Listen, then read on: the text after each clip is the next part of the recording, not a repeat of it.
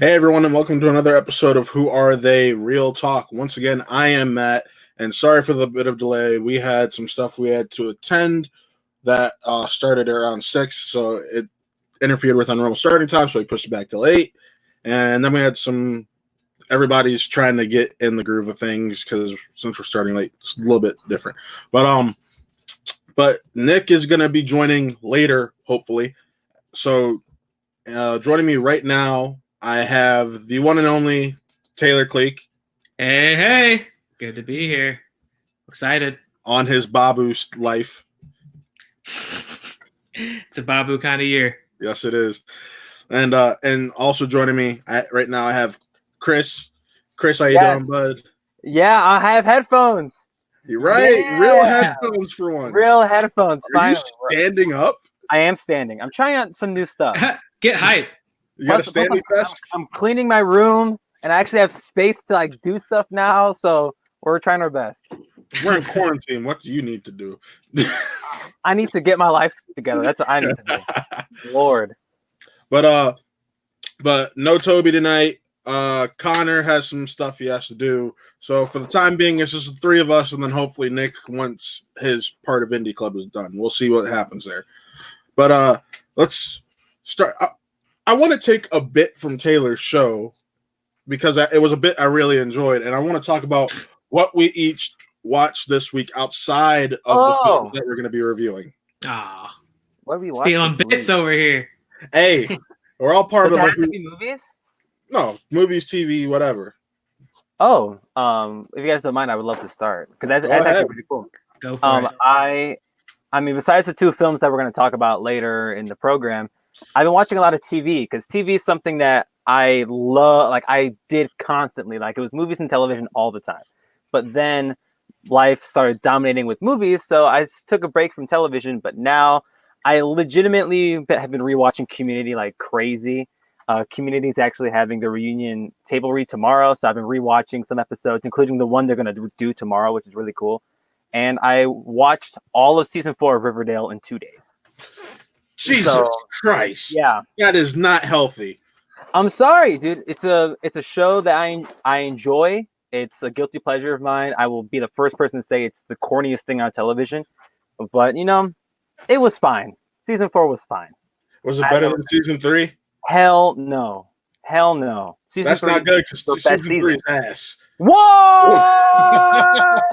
No, season 3 is their best season by far. Season 1 is still the best season, Chris.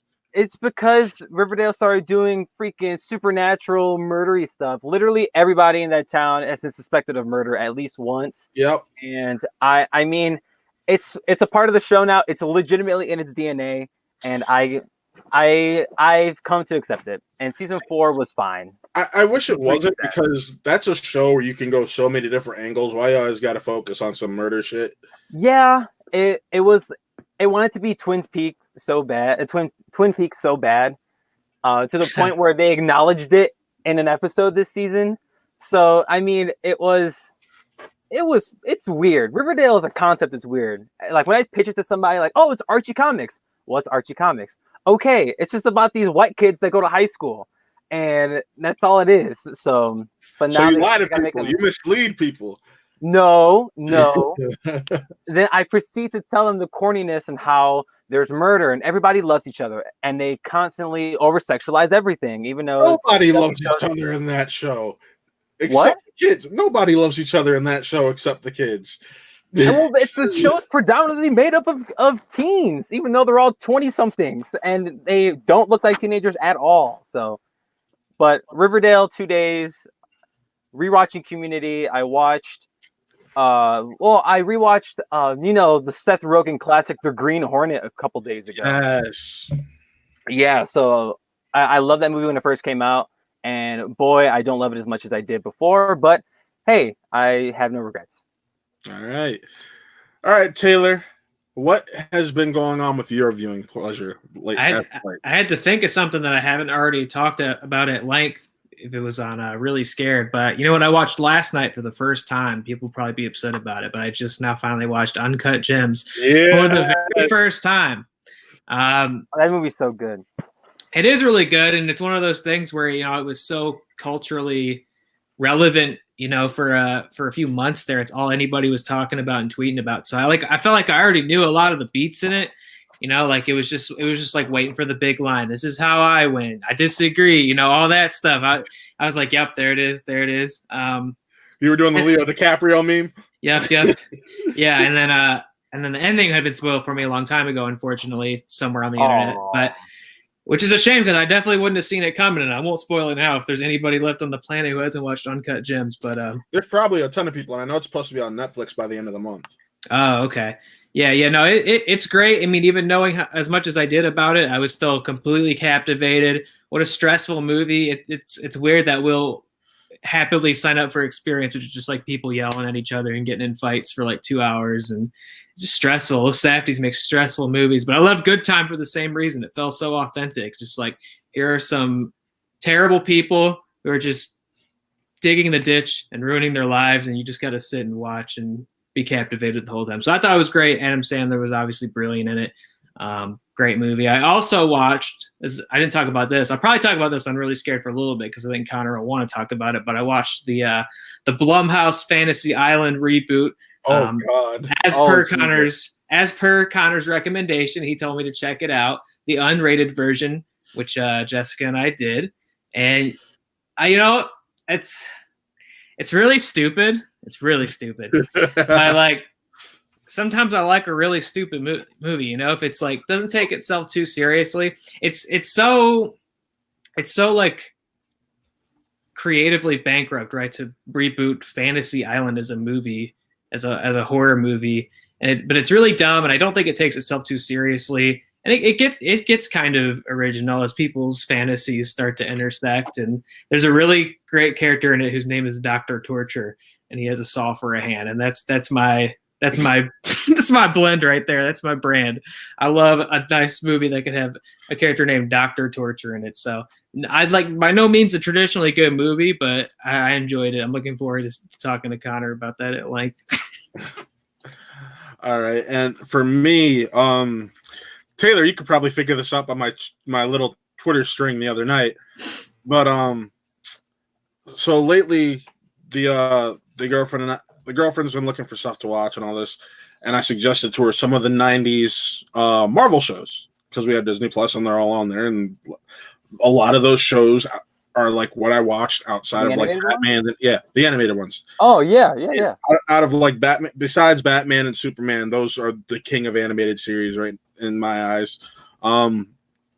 I would watch like X-Men and all that, so I convinced her to watch that. And she got hooked. And then I went down a little X-Men rabbit hole, and I rewatched X-Men Origins Wolverine. Oh, no. Don't say oh, no. That movie's not good. Are you about to just go out to bat for that movie as just being a good movie? Is like that what you're at now? I'm not going to say it's a good movie. It's an okay movie. Wait a second. I'm not either. Yes, it is. What makes it okay? Hold on. Okay, compared to what? Like... chronic diarrhea. Compared to the Wolverine, it's a good movie. Because you went from like X-Men, the animated series, which is incredible, and then you're like X-Men Origins, yeah. Like I said, I went down a rabbit hole. You went too far. No, going too far is rewatching the Wolverine. You hit rock bottom. The Wolverine, look, hold on. Going too far is watching X-Men: The Last Stand or X-Men: Dark Phoenix. That is going too far. I haven't seen that Dark Phoenix either. You don't want to. I guess not, yeah. It's an hour and a half and nothing going on. And Cyclops, for some reason, having a set of balls for the first time we've seen in the entire franchise. And he just says, if you lay a hand on her head, I'll fucking kill you. Like, out of nowhere. He drops the F-bomb in it? He drops the F-bomb. Whoa! Can't talk Cyclops, like that. How dare you? So, oh my God. But like first time we ever see him have a set of balls and nothing happens in that movie. Like, it literally is just stagnant and stale. Okay, spoiler alert, I don't care because it's clearly in the trailers. An X-Men dies. Anyone want to guess who, considering you barely see them in the trailer and they've wanted out of that franchise for years? Oh, okay. Yeah, I know who you're talking about now. Yeah. barely in the normal makeup of the character they're playing. Might I add? You So there's seen that them progress less and less with the giving with a that crap character. about the character. Oh yeah. So yeah, both versions of the Dark Phoenix saga they attempted are shit.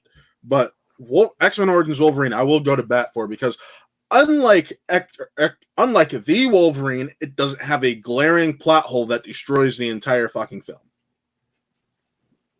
What? But okay. But besides the plot, what exactly do you? Because you obviously like this movie. You love it.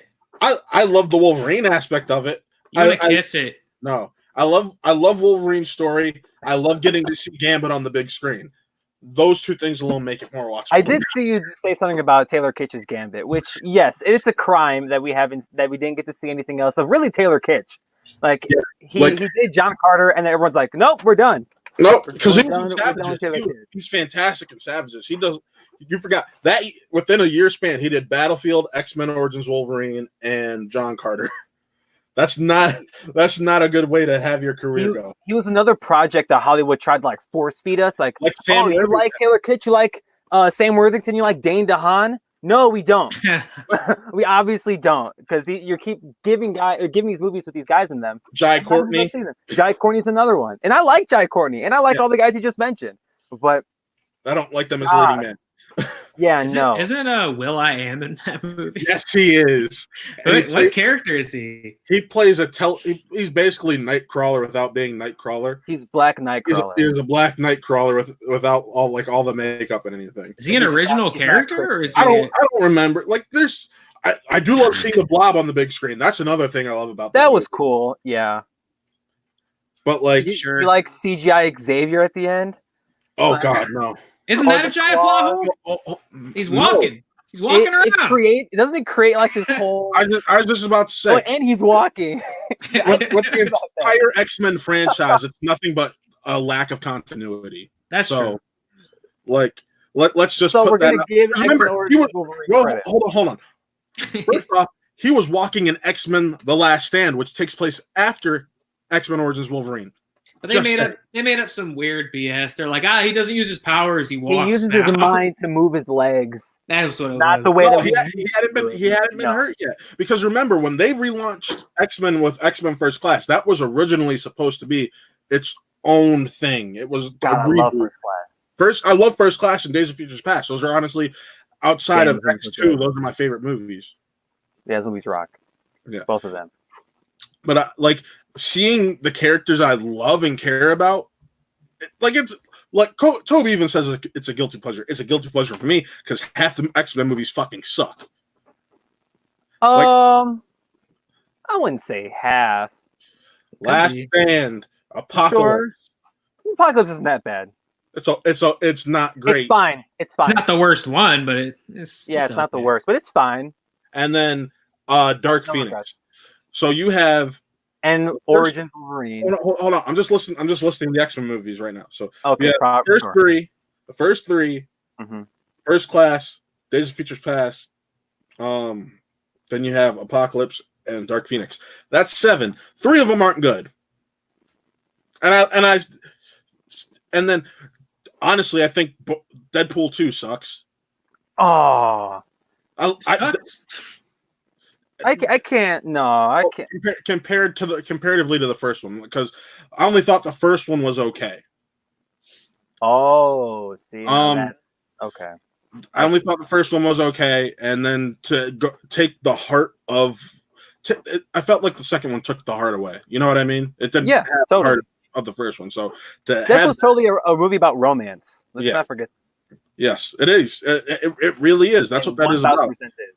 And then the second one, it's like, yeah, we're going to take a page out of the Vin Diesel handbook and be about family and the most unbelievable sense of the word. Does have a kick-ass cameo by the whole Days of Future Past cast. Yes. That rocked. That was so cool. That was a cameo of the Apocalypse cast, actually. Well, that too. So, because Days of Futures Past, the only people who are a part of that cast really are Fassbender, McAvoy, and Jennifer Lawrence. Okay, but you got me talking about X-Men now. But I want to go back to Origins Wolverine for a second because you said you'd go to bat for it, and I want to hear it. I basically did. I did. I said I'll admit it's a guilty pleasure. I like seeing the characters I love on the big screen. And like who?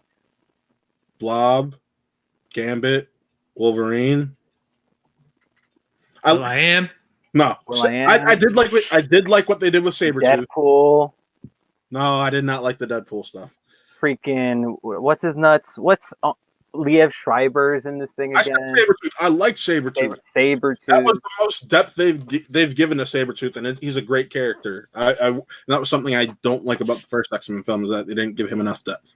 So, but I digress. The X-Men series. It's not great, but Matt likes it. Yeah, X-Men Origins Wolverine. He loves it so much. Just like Taylor, Fantasy Island's not great, but he likes it. It's super dumb. It's fun. But Wolverine's dumb fun, and okay. I can actually tell you exactly where I was the first time I saw that movie. Everybody remembers their first time. So it's because it is a memorable event. So I was in show choir in high school. Every like May we would go to the show choir. I think Wolverine too. No, I mean, Hugh Jackman is a singer and he isn't in performing arts. But let's not get Love The Greatest Showman for all the wrong reasons. I hate that. And I know. Anyways, so every May we'd go to this competition down in Myrtle Beach, and that weekend it happened to be opening weekend for that movie, and we were at this place called Broadway at the Beach, and they had a movie theater, and me and some of my guy friends were like, yo, because we didn't know what we were getting ourselves into. We're like, yo, let's go see Wolverine. We're hype. It's Wolverine. Movie. Yeah, brother. And then, like, during that dope-ass Cyclops scene, the power went out to the entire complex. Oh. They're trying to save you. Wait, in the school? Yeah. Oh, God. I forgot that part was even a thing. And so they were trying to save you. In that version, it was going to be a great movie. As we're leaving, we sat there for like 20 or 30 minutes. Like, yeah, guys, we don't know when the power's coming back. Walk out. And as we're walking out, the power shoots back on. They just let us run back to our theater. So that's why it's such a memorable experience for me. That's a fire hazard. I do actually love that the reason you remember it is not because the movie was memorable or you loved it. It's because of a power outage and you had to flee. You had to flee the scene. Yes. But you were so excited to go back and finish it and leave off from Cyclops possibly killing. It's maybe even worse because then you were walking around wondering, like, man, I can't wait to see the rest of that movie. That first like 10 minutes is pretty good, and then you come back. Oh, yeah, we're like an hour in at that point. Oh, yeah, you might have. If your theater were to like the power to go out after that Deadpool like sword thing he does, now that's been like, yo, that movie's promising at this point. Like, this movie's gonna rock. You still want to see where it ends up going because like this is like right around the Gambit time of the story. So I was like, the first 10 minutes rock. Like the opening sequence with Logan and his brother, and they're like going through all the wars and shit. Like that's really cool. Really cool. Yes. And then but yeah, that's just how I feel, and that's what Matt watched this week. Yeah, that's what. Well, and the amazing 90s cartoon show, which we're on like season 3 of, but I digress. We do have some news to get through tonight. We just spent like 20 minutes talking about X-Men and the stuff we watched this week. Taylor, we should do a watch along with Dark Phoenix. That's something, sure. I do want to see it, but we'll talk about that later. Y'all want to do Tuesday? What's Tuesday? We'll talk about this later. Yeah. We'll talk about it after the show. So we do actually have a decent amount of news to get through tonight. So I'm gonna start us off with one that I know Taylor and I have kind of talked about, like, because we're big theater guys, right? And Taylor and I, back when that whole repealing of a certain thing happened, when the Supreme Court and it came to theaters, like studios can own theaters again or something like that. I remember we talked a little bit about that. Mm-hmm. So when you see that Amazon may be buying AMC theaters, all you can think is, oh, this is the beginning of it, isn't it? And I'm really shocked and interested to see how this whole situation plays out. So I'll start off with Chris, because you're the one who has the most AMCs around you. AMC's like your go-to place. How do you feel about this whole situation?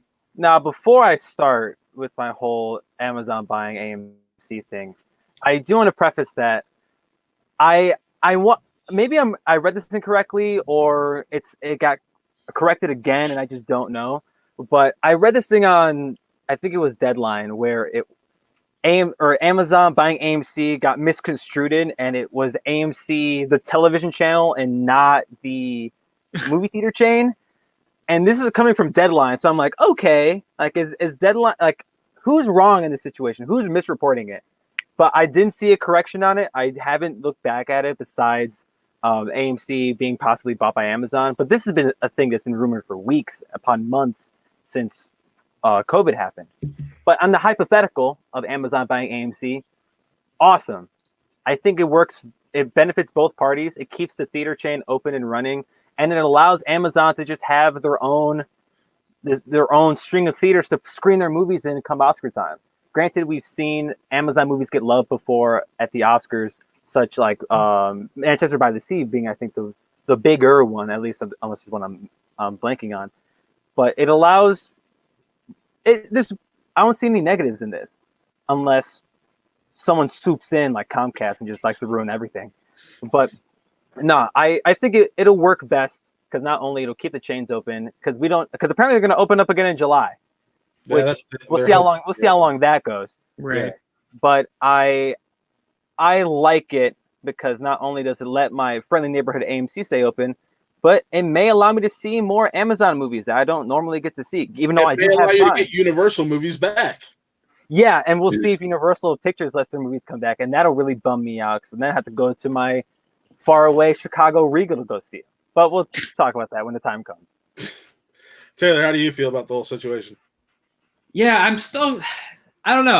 I don't feel concretely one way or another. I was watching something on Amazon the other day, and they have that opening credit with their logo, and it builds up to a theater that says Amazon on it, and I was like, shit, we're gonna have a whole Amazon city before this is over. And Jeff Bezos just became a trillionaire, and you don't live to see that. I don't really need him to become a quadrillionaire. I don't know. I'm kind of confused on how exactly this could be legal. I don't know if there's some weird gray area in there because under monopoly law, it's my understanding that a studio or probably even a distributor can't own a theater, because that's what changed back in. That's the whole thing that changed. Maybe it was, I think I was talking to you. It might have been Tom I was talking to. There was this whole thing about how they repealed something and now studios could own their own theaters. Oh, so that is no longer the case? Yeah. I did not know that. Well, in that case, it'd probably be more surprising if Amazon's the only ones that go out and potentially do this, because I think for some of these big multiplex chains coming out of this, if they want to stay alive, they're gonna have to start selling to somebody. Somebody else is gonna have to come in and inject some cash in there for them to stay alive. I personally would prefer not to see that happen, but I understand it might be coming out of necessity. I'd prefer that the line between studios, distributors, theaters is solid. But if that's what it means to preserve the theater going experience, I don't want to see that go away. So I would reluctantly say it could be a good thing. I don't worry so much about Amazon movies getting precedence over others because on one hand, there's just not that very many of them, and they don't typically tend to be big tentpole blockbusters. They're usually putting spotlights on smaller indie films or distributing. At least not yet. Yeah, not yet. Now they could certainly find the money to do that, so we'll see. But I wouldn't be so worried about their movies getting. I'm sure they will get priority, but I'm not worried about other movies in contrast to them. I don't know. This is outside of my realm a little bit of just talking about shit I like. You know what I mean? So I still got to kind of sort my feelings and see what the long-term advantages and consequences of this are. Yeah. If it's what it takes to keep movie theaters around, I love my multiplexes just as much as anything. But we'll see.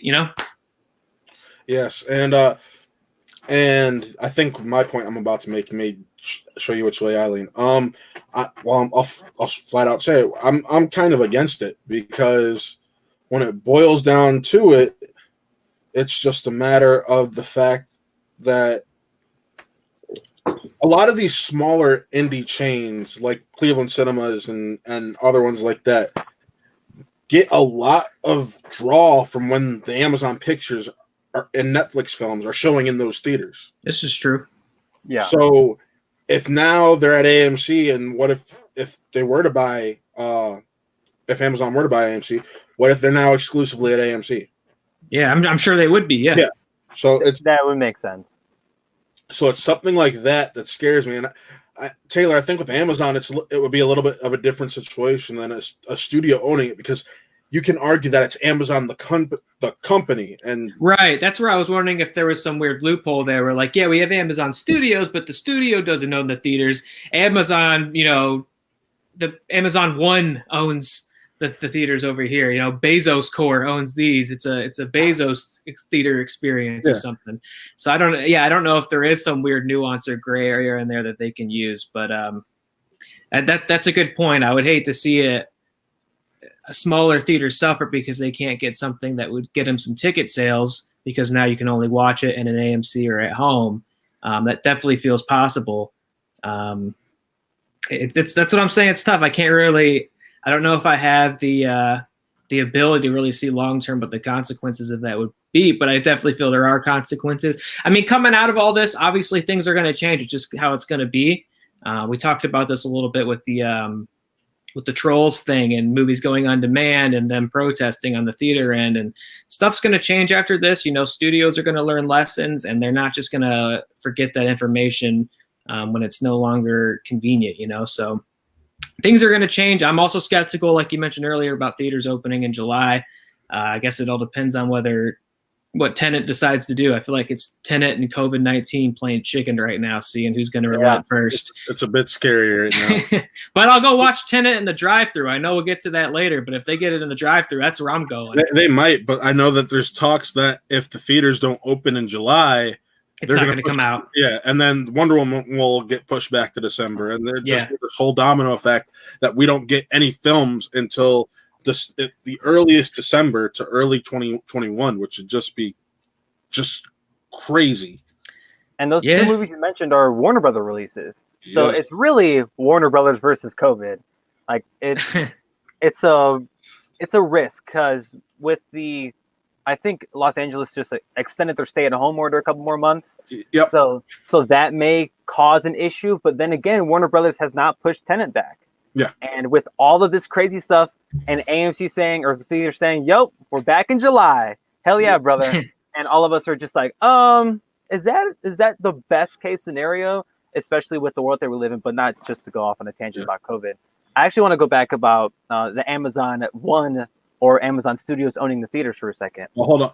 And I was actually going to bring this up. George Thomas says U.S. versus Paramount Pictures, 1948. And I've actually pulled up the old article that I found. With the removal of a historic court ruling, the movie landscape as we know it may change forever. According to the Wall Street Journal, the Justice Department is moving to completely wipe out the Paramount consent decrees, a ruling which for the past 70 years has regulated how movie studios distribute their films to movie theaters. If those decrees are indeed overturned, which if I remember correctly later they were, it could have a devastating consequence to the theater industry as we know it, and the entire movie landscape could shift as a result. And here's what that means in practical terms. In the late 1930s, the Justice Department sued the prominent movie studios of the era, claiming that the studios had too much control over the industry. The government won the case in 1948, forcing studios to give up their ownership of theaters across the country and making several common distribution practices illegal, including block booking, bundling multiple films into one theater license, circuit dealing, entering into one license that covered all theaters in the theater circuit, resale price maintenance, and granting overboard clearances. And the example is if Paramount had a new Mission Impossible film coming out, but the studio knew it had duds on its hands, the consent decree would make it illegal for Paramount to hold the theater hostage by forcing them to show the dud in order to get Mission Impossible. So, gotcha. And I wouldn't worry for that scenario as much with, I guess, Amazon, because again, they're art house primarily. Yeah, and the number they put them out sparingly, but hey, maybe that could change if they've got big screens. Yeah. And if Amazon refers to them as Amazon One were to buy AMC theaters, hypothetically, it's still a business. You still have to run the theater and make a butt ton of money. And if you're going to still ban Universal Pictures, they wouldn't. And that's the thing, they wouldn't, because they couldn't. They have no choice, because it would be under new leadership at that point. Jurassic World And well, yeah, it'd be whole new leadership, but you're missing out on a bunch of tentpole movies that you're just not going to show in your theater that make at least $1 billion regardless of how they are. World, the Transformers series. There's too many things under that. Or not, the Transformers isn't under Universal, excuse me. But yeah, there's too much there to just let walk. So it's like you have too many pre-existing IPs, and if I'm not mistaken, doesn't Blumhouse usually use Universal? Yep, Universal. Theme? And like you're missing out on many Blumhouse movies that only cost like $1 million to make, and then make tens upon hundreds of millions. So, and not to go back to Fantasy Island, but like Blumhouse, let's go back. Proves that they can make like anything that they produce will make some type of money just because of the name and the studio that's attached to it. Blumhouse came out of nowhere. What was it, like around 2009 when Paranormal Activity came out, and they just been ruling the decade in regards to horror films, and they're successful and they make millions of dollars, and it's a huge mistake to not let those movies play at your theaters. Right. I don't care where they're distributed from or what studio makes them. If I'm Amazon and I'm buying AMC, I'm making sure and like all these movies are coming into my theater. So it'd be a huge mistake to just rely on Disney and Warner. That's even if they're cool with it. Like they might join Universal. Right. So we don't even know what their moves are. And Tenet's going to be the first one to really show us what's up. Well, no. The first one to really show us what's up is that new Russell Crowe movie. It's going to be the highest grossing movie of the year. Yeah, baby. People are going to rush to the theater to watch him get unhinged. A crisp $50. But something people may rush back to the theaters to see is something that we should have been watching for basically 2 years by now. And that is the New Mutants, which has gotten its fifth release date since its fifth total release date and fourth release date since its initial announcement. So yeah, let's talk New Mutants, boys. Taylor, I know you covered this and really scared a bit the other day, so I'm going to keep this one shorter. But yeah, so we did have a little bit of a conversation, there's some crossover there with it being horror over on Really Scared, streaming live every Thursday night 8 p.m. on this channel. Nice. But so I do think there might be kind of a correction to make here, because we have theorized, hey, looks like Disney at least thinks it's good enough to put it on the big screen. They haven't put it out in streaming. I don't have the specifics. I should have pulled them up, had them prepared, but I think there's some sort of weird legality that's preventing them from putting it on streaming because of just how the Fox acquisition contracts got written up. I think that one's tied up somewhere where if you were going to stream it, you couldn't stream it where Disney would prefer, where they can profit off of it. So there's two areas Disney could profit off of it. There's Hulu, which is what everybody predicted it would go to, and then there's Disney Plus. What I'm saying is, I think as far as streaming rights for it, because you know how Disney has a couple of their own pure Disney products, but they can't put them on their service because they had already signed it off somewhere else in advance.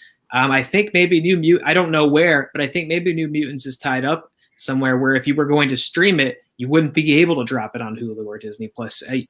Hypothetically, if it were Netflix, it would have to go to Netflix, and then they would make less money on it. I just sort of read about this in passing, so I don't have all the details here, but there could be a possibility where instead of Disney thinking New Mutants rules and let's get them to the big screen, they might just be trying to figure out where they can cut as much loss as possible, a convenient place in the calendar to drop it, and hope that they can make a little bit of profit back. I hope that's not the case, and if it is, I hope that it's a surprise and still a quality film, because after this damn long, at the very least, I hope somebody goes and sees this movie. I know I'll be there. If theaters are open and say there's not a press screening, I will try my damnedest to be there, because that's a movie I've been looking forward to since I saw the first trailer. And the first trailer came out when I still wasn't really doing horror movies. So, like... yeah, a lot has changed since we thought we would have seen them. Yes. Maybe it could have saved us all. So they just put it out on time. Yes. Chris, what are your thoughts? Because you're the scaredy cat. Yes, I am. You damn right I am. With New Mutants, so when they announced a horror-ish Marvel film, I was intrigued because I'm a dweeb and I like the superhero stuff, so I was curious into it anyway. the first trailer released, and it was straight horror, like a lot of horrific elements within the trailer, really selling us on this horror style X-Men movie. And I'm like, all right, like I'm on board. The second trailer, I believe, is what really hooked me because it got really super heroic and super powery. So I'm like, yeah, I'm down for this. And I've been advocating for this movie for months. I've been wanting to see this for a long time. And I think it was the first weekend of April, it was supposed to come out in theaters. Obviously, it didn't. Yeah. And I was bummed because I'm like, yeah, like I was looking forward to that. That was probably the first big release, at least that I can remember, that I was looking forward to. And nope.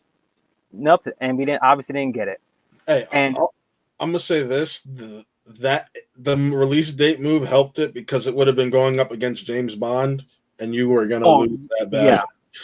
I mean, granted, I think this movie would have gotten it wouldn't have made a lot of money in the box office anyway, just because of the people are unfamiliar with the IPs involved. Just because it says mutants doesn't mean people are going to go see it, especially with the X-Men, with Dark Phoenix being a prime example. Just because it's X-Men doesn't mean people are going to go see it. Well, that's also because Dark Phoenix had all this drama. And the marketing was ass. Yeah. And the only drama that's really been around New Mutants is the moving of the release dates constantly. And then to find out we're getting the original version, I know plenty of people who are like, no, I'm really interested in seeing this movie. Mm-hmm. So I think it would make money, but that's just based off of who I talk to.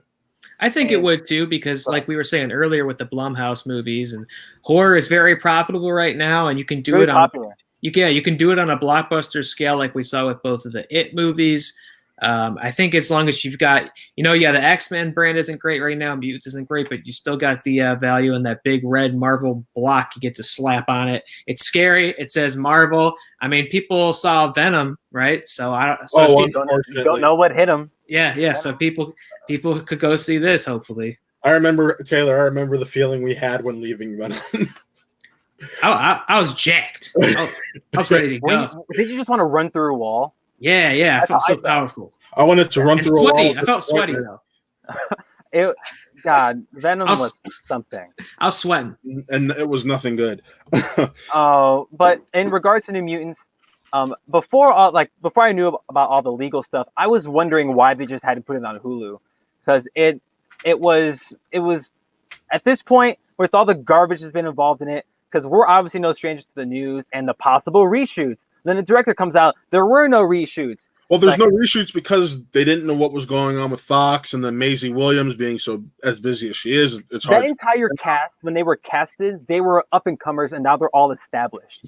And that's what a plus the movie has on its side, is that they waited so damn long to release it. Now all those actors are on top of the world, and they're all established names.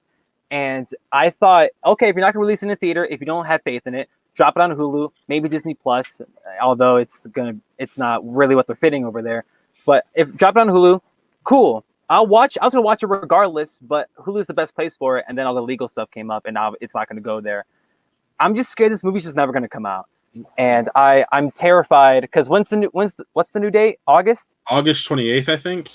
See, and August is already stacked. If August goes to plan, there are there's a blockbuster that comes out every weekend. And New Mutants will get lost in the shuffle because not everyone's going to release their movie. I don't think it will, because if you want to let me look at August release dates, but if I remember correctly, August doesn't have much going on because Wonder Woman starts the month. SpongeBob, the SpongeBob, that's a different demographic. Wonder Woman's supposed to come out in August. August 14th, like 2 weeks. I'm talking about SpongeBob as a different demographic. Yeah, is New Mutants PG-13? Yeah. Okay. I want to know what else comes out because I'm pretty sure August is stacked, at least for the time being. August 6th is SpongeBob. Okay. August 12th is Wonder Woman. August 20th is Bill and Ted Face the Music. Hell yeah, brother. Oh, really? Yes. And then the 20th. That movie has not changed date. Yes. Then the 21st, which is a horror movie I know nothing about, Taylor could probably tell me about, is Antebellum. Oh, yeah, it looks interesting. And then the 29th is New Mutants. That's my birthday! Oh, my God! It has to come out that day. I remember them saying that they felt good about this release date for two reasons. One was because it would be the first Marvel horror movie, and they felt that made it unique no matter where you put it. And the other was that it would be far away from other tentpole superhero movies. But that's not true if Wonder Woman's coming out that month. And it's also got to follow another horror movie within a week's time. So I don't think that is a great release date for that movie. 2 weeks after Wonder Woman? Yeah, I mean, Okay. obviously I'll go see both, but I picked an average person, and then we're going to pick one or the other. I got to believe they're probably going to pick Wonder Woman over that weird that weird one with the spooky kids and everything's gray in the trailer, you know what I mean? That weird one with the boy from Stranger Things. Yeah. And the girl from Split, you know, like and obviously Game of Thrones, but it's a tough sell now. And obviously like Bill and Ted's not going to be the big blockbuster I would want it to be. No. But it's still a stacked month. Like I can't underestimate SpongeBob, especially if if those movies do come out in those release weeks. I can't underestimate SpongeBob because those animated movies are going to make a butt ton regardless of when they come out. Wonder Woman's going to be a juggernaut, especially if it's good. Yeah. If this is on par with the first one, it's going to freaking rule. And what was it? Bill and Ted, the Keanu-sans.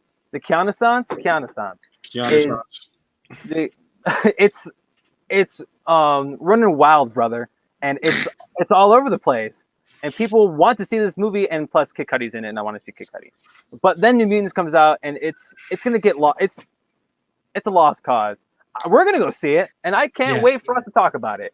But yeah. Well, it's going to get lost. I know one thing Taylor's looking forward to is movie theaters coming back, and that's going to critic screenings.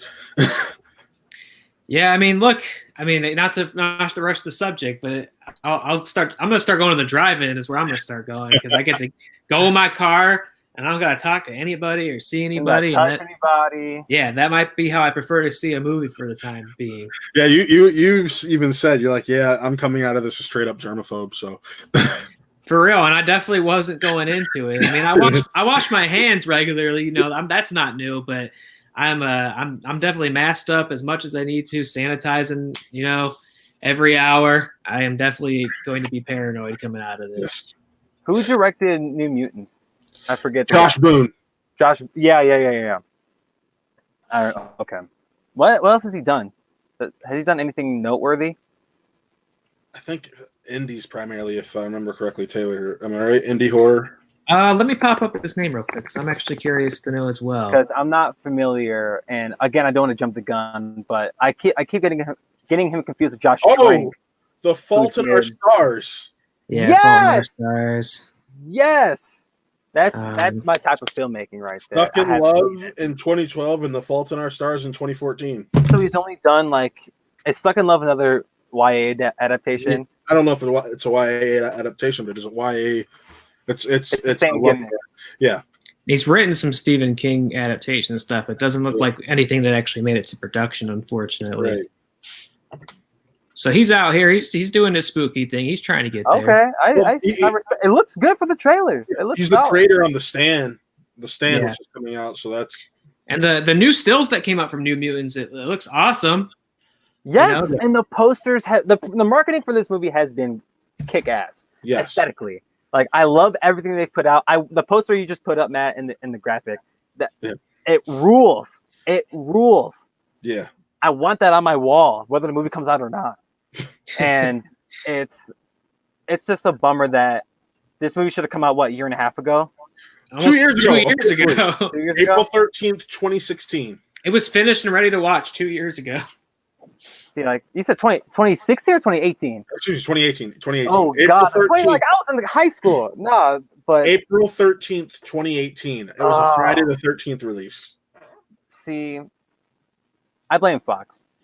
Yeah, no, this is primarily Fox's fault because they wanted reshoots. But I blame Fox. You talked about Kick-Ass, so I think that's the perfect transition for this next film. We're going to talk about the next piece of movie news, and that is Furiosa is officially a go. Furiosa, the Mad Max Furiosa, a prequel to Fury Road, telling us about Furiosa is officially a go.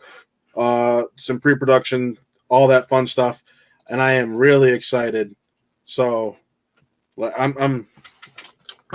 talk about this because I know a few weeks ago we talked about the possibility that Anya Taylor-Joy gets cast as Furiosa. Who, once again, New Mutants. Hey, she was great in this. In This the movie M. will Night come Shyamalan- out before New Mutants will. So Yes, Yeah. but she was great in the M. Night Shyamalan movies, Split and Glass, and great in The Witch. I know you guys I both probably haven't watched The Witch, but I she have rules not. in The Witch. Thoroughbreds, she's good in Thoroughbreds. Yeah, I'll watch. I watch want to anything. watch that. Emma, too. she's good in Emma. Yeah, I'll watch her in anything. She's great. So, I mean, there's a lot. She's one of my favorite up and coming young actors in the business right now. And then I know we've talked about doing an episode about that, so I'll save that for that. But I hope I'm just excited. I'm ready to go back to this world. I'm a little bit upset that we aren't getting Tom Hardy as Max again before we get that, because you only got a certain amount of time you can use Max, and you've only used Mel Gibson and Tom Hardy, and I'd rather keep with Tom Hardy because I loved his performance as Max. So, how are you guys feeling about this? Go ahead, Taylor. If you want to go first. On one hand, I'm really excited because George Miller is a mad genius, and Hell yeah, brother. 1 and 2. Yeah. He's got the weirdest filmography of just about any director you could pick out, and he's just hitting home runs the entire time. So I'll watch anything he makes, including Mad Max, because Fury Road was as much of a masterpiece as any movie could be. Yes. So if he's got an idea, It celebrated its anniversary the other day, if I remember correctly. that's right. Yeah. Was it 5 years already? Something like that. 4 or 5. 5 years since they were blowing shit up in the desert. If he's got a story that is interesting enough to him to go back to that world, I'll follow him all the way. I do kind of feel the same way you do, Matt. Not so much just because I would like Tom Hardy to play that character again, because he's kind of weirdly inconsequential in Fury Road. Yes. But he's like, he's sort of the framing device of the world. It's you follow his adventure and you meet all the weird characters and such on the way. But I just never really get excited for a prequel, no matter what it is. If we want to do more Furiosa, totally, let's do it. But I'd rather it just be Charlize and get us a new story. In this case, in a prequel, it doesn't bug me as much because we know where she's going to go. I know I was listening to SEN Network, and they were talking about this, where they're like, they don't want a hot tub time machine situation when you're wondering how she loses her arm. Because it's just like, I guess I do ask questions sometimes when I watch movies, but there's a lot of times where I just like don't need the answers. So like, she lost the arm, you know what I mean? Like, I don't need to know how she lost the arm, and I want to know how she got from the green place to being in Immortan Joe's camp and her journey and working her way up the ranks. Like, that's interesting to me. Yeah, I always prefer to go forward, because when I watch a movie, what always excites me is not being able to get ahead of it and not being able to know what's going to happen, and the thrill of the anticipation of finding that out. You can still create that experience in a prequel, and if anybody can do it, it's George Miller. I would always prefer to go. I guess that character kind of reached a logical endpoint where it's like, what's left to do? The struggle and the suffering is ideally been ended by the end of Fury Road, but I'm never as excited for a prequel. Fair enough. Chris, how about you? My stepdad was actually watching Fury Road a couple days ago, and like he just popped it on the TV, and I walked by. I'm like, "Is this Mad Max?" And I sat down and watched the rest of it because it's just that good. Yeah, I love the movie. I love this world so much, and just like, yeah, Furiosa was the breakout character. Shit, Charlize Theron really was skyrocketed to, like, I don't want to say A-list, but I think that's what she is, and a big part of that is because of Fury Road. And I would argue it's that Oscar. Was she a household name before Mad Max Fury Road? Yes, I would say so. I think it helps. I wouldn't. She won an Oscar. Hancock. Not everybody watches the Oscars. Hancock, baby. You already know my feelings about Hancock. The movie falls apart in the end. That's not the point. And when I think of Hancock, I don't think of Charlize Theron. Geez, I think more of Jason Bateman in that movie. I do because of how big her character is. Because you love Hancock. But not everybody loves Hancock. No, it's not because I love Hancock. It's you love it. You will stand Hancock. I don't want to hear. Like, No, yeah, I'm Charlie's not. great because you love the movie. That's why. Here. Let's go to her filmography before Fury Road. All right. Sure. Okay. Before Fury Road, A Million Ways to Die in the West, No one saw it. Prometheus, Snow White and the Huntsman, The Road, Hancock, The Burning Plain, The Valley of Elah, Battle in Seattle, Aeon Flux, You're losing me. Monster, The Italian Job. Was she the Thing in The Italian Job? She was one of the two leads. I think it was Edward Norton like hating himself the whole time. Yeah, it was. Excuse me. It was her, Mark Wahlberg, and Edward Norton. Those were the three leads of that movie. I guarantee when you ask someone to go back and look at The Italian Job, they're going to look at Mark Wahlberg and Edward Norton. The lead of the Italian Job is the Mini Coops. Yes. It's driving Mini Coops. Yeah. Reindeer Games. Oh, seriously? You didn't have to do her like that. I'm just like she was a well-known name. So because she was in a lot of stuff, I wouldn't say that makes her well known. I would say she was. I would say she was A-list, but Fury Road put her to the top of the A-list. She was. Yes, it shot her into superstardom. It reminded everybody that hey, Charlize Theron's a huge badass and can play anything and can totally kick that. And then we got Atomic Blonde, and then we got. Yeah, exactly. And that movie, and because of her performance in Fury Road, which she was essentially the lead, she now has this incredible career post Fury Road, and I think that with this whole Furiosa prequel thing, it's a decent step. You want to tell more of the story with this character that we know little to nothing about, and I mean, yeah, like what Taylor said, there would be little to no suspense because we know she makes it out. And because we're going to know what happens to this character after that. Yeah, but we don't know who she loses along the way. Things like that. You're right, but still, we're going to know who this character becomes. Oh yeah, It's not like Furiosa's the franchise. We're going to know how this sets her up for Mad Max Fury Road. And I mean, I'm down with it. I'm going to see it. If Anya Taylor-Joy joins the cast, I read this thing on Reddit a second ago that they're bringing back the cinematographer from Mad Max. He's coming out of retirement again to do this movie. And if this movie looks anything like Fury Road, yes, please. I will take all of it and then some. I mean, Fury Road was filmed in black and white and then colored by frame. So, and isn't that ridiculous? But yeah. I'm totally down for Too Fast, Too Furiosa, and we're gonna get a good movie from the guy that directed Dave Pixie. It's funny you say Too Fast, Too Furiosa because she's in the Fast and Furious series. So like. And she's in it because of Fury Road. Because she kicks probably. Ass. That's a good point. Because she kicks ass. Yeah. Right. And Atomic Blonde is good too. Yeah, I think regardless, prequel, sequel, it'll be a good movie. So I mean, I'm gonna show up, right? Yeah, I'll be there. The only way you get me to not go is if you don't bring back Charlize Theron, and there's no way this movie doesn't happen without her. So I was just about to say, Taylor, you show up for everything. Let's be honest. You showed up to Gotti. Oh, I showed up for Gotti. One of the few. One of the many few. But moving on, we got a little bit of TV news we're going to talk about right here. And that is Star Trek is getting a brand new show, Star Trek Strange New Worlds. This show came to be because of the fantastic acting of Anson Mount in Star Trek Discovery Season 2. And for those people who haven't watched Discovery, I suggest you go check it out. I personally, as someone who watches all the CBS All Access shows, I'm pumped. I'm really excited for this show. So as two people who don't really know what's going on with this show, let me break it down for you.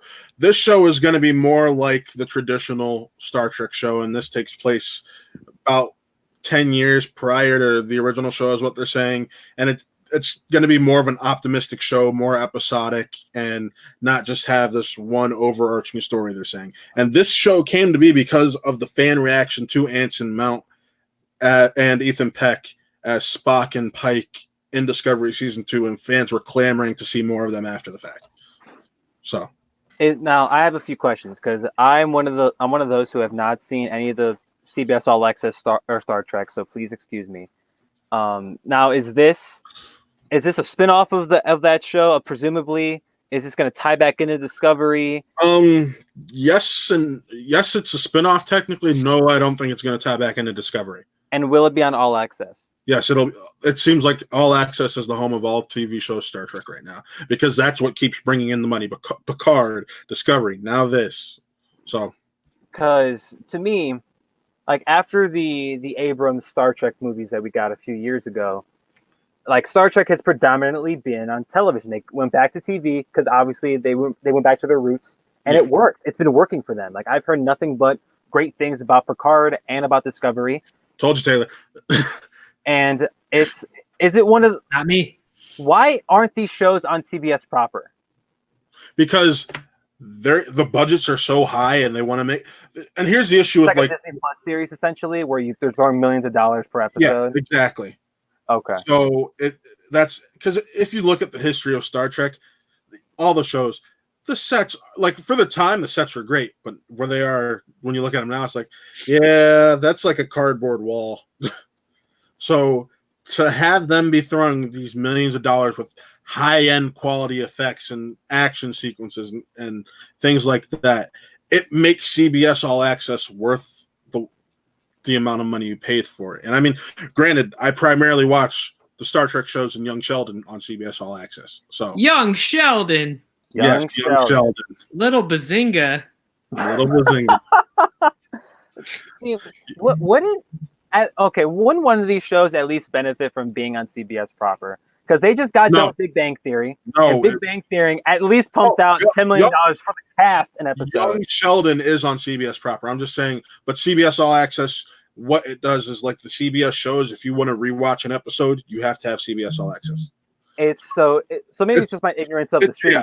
Yeah, it's like if you mixed Hulu with Disney Plus, basically is what it is, where you get the previous night's episode the next day, and then you also get the original content they do. Okay. And you actually get live TV. If it's live CBS. So like, and if let's say football season is going on, you can watch a live broadcast of whatever games on CBS. How much is this service a month? George, if you're watching, help me out here because you're the one who pays for this. Because it sounds worth it, at least for fans of the franchise that are like diehard Star Trek fans are going to go out of their way to pay for this. Like, and especially if you're a fan of the CBS stuff. I don't watch CBS as much, so that's why I can't really talk about this. Now, when July comes and the Peacock comes out, I'll happily talk about all the NBC stuff that's going to be on there. But, CBS All Access is $5.99 a month. That's it? Yeah. All right. And I think they're still doing the 1 month free promo right now. So, Chris, I know you like the newer Star Trek film, so I'll suggest you because compared to someone like a lot of the Star Trek fans who don't like these series, you'll probably enjoy them. Like I treat Star Trek like I do Star Wars, where I'm just glad to be getting new content, and I'll grade the content as it goes. Understood. And I've enjoyed this stuff because, and you being a Star Wars fan, you see it where Star Wars fans have issues accepting new. They want so much. That's an understatement. Oh, with commercials, it's $5.99. What's it without commercials? I mean, I do the Hulu commercial gimmick. I mean, it's fine. Yeah. What's it without commercials then? Because you're the one who pays for it. Or like 15. It's All Access. Is that where the new Twilight Zone's at? Yep. $10 with commercial free. $10 commercial free. George out here plugging CBS All Access. I'm about to get it right now. Well, he's Rotten Tomatoes certified. So if you want to see the Star Trek Discovery and Picard reviews, you can go on Rotten Tomatoes and see his reviews. George, is Discovery is Star Trek's Discovery that good to the point where I should watch it as like the most bare bones, like commoner Star Trek movie fan? George, is it worth it? Please. Same here. He's only seen, in Chris's defense, he's only seen the newer three. So I've only seen the Abrams films. Keep that in mind. Same for me, man. I've never really been much of a Trekkie. Nothing against that. I just haven't seen it. Yeah, it doesn't matter if we have them all. They're asking if is it worth it? Is it worth checking out the shows if you haven't seen the if you haven't seen the other shows and movies, is what he's asking. Because we got into this when producer Matt kind of interrupted on Really Scared because I was throwing shade at Alex Kurtzman. He came on to defend these shows, and I had said I'd heard some polarizing things about Discovery and even Picard, so I wasn't really sure if they were if Trek fans dug it or what. This man a link. Let's have him talk about these shows. Is George about? Oh man, You gonna tag him in? I'm about to get flustered. I'm about to get real flustered. But no, I mean, I'm not surprised CBS is capitalizing on the Star Trek popularity on the television side. It just bums me out that, like, is this them officially stepping away from the movies? Is this no? Does this mean we're not going to get any more movies anytime soon? Because I mean, they're really pushing it. We have movies. It'll be 3, and then they have more in development. See, I mean, they are going back to their roots of television, but damn, like that's a lot of Star Trek. That is a lot of Star Trek. Granted, this is coming from a guy that consumes everything Star Wars and everything Marvel, but Star Trek is probably the most niche of the bunch. But they're obviously successful. People are going to watch them. Yes, and I know I'm talking to him right now, trying to get him tagged in. He has a link. I'm just waiting to see if he pops up in the backstage real quick. But no, it's so the catalyst for this whole conversation is they've announced a new show, right? With Spock. Well, it's so Captain Pike. Captain Pike is in the Kelvin timeline the J.J. Abrams films. Oh, okay. So this show is tied into those movies? No. So I'm explaining. So these shows still take place in the original timeline, like the original timeline. Okay. So this is the same as original Spock, just obviously not Leonard Nimoy. Yes. Oh, okay. So, basically, how this works is the J.J. Abrams movies are on their own separate timeline. Yeah. And so they're in their own separate timeline. I'm just using Pike as the example because that's who the new show is about. And Pike is played by, oh God, why is his name escaping me right now? The older actor, the one. Taylor, help me out here. He played the president in National Treasure: Book of Secrets. I don't remember who played the president in National Treasure 2. What are we talking about? I'm trying to provide an example. Hey, we could talk about the fact that they announced a Disney Plus National Treasure TV show. It's in development, baby, and the movie's still in development. Yeah, but Nick Cage isn't going to be in the show. It's like, why would you even bother? If he's not in the movie, then there'll be a problem. Yeah, it's nobody actually cares about the National Treasure brand. We care about Nick Cage looking for treasure in like Bruce Greenwood. Oh, okay. That's Batman. He voiced Batman one time. Yeah, no, multiple times. Was it multiple times? Yeah. How many times? Because he did Under the Red Hood Batman. I think there's a couple more movies. But anyways, so Bruce Greenwood plays Captain Pike in the J.J. Abrams movies. In the original timeline. Yes, I cannot invite you on Facebook. It's run through this app, so you have to come in through this app. Come on, George. Let's talk Star Trek. Gotta get in here before we move on. Please enlighten me. Click on the link. Educate Chris and Taylor real quick. I can't do this myself. I'm so ignorant. I'm the guy wearing the Powerline T-shirt. I want to know. Nice. I want to know more about Star Trek. I don't have any Star Trek T-shirts, at least not anymore. What's a Borg? What the hell's a Borg? Yeah, what is a Borg?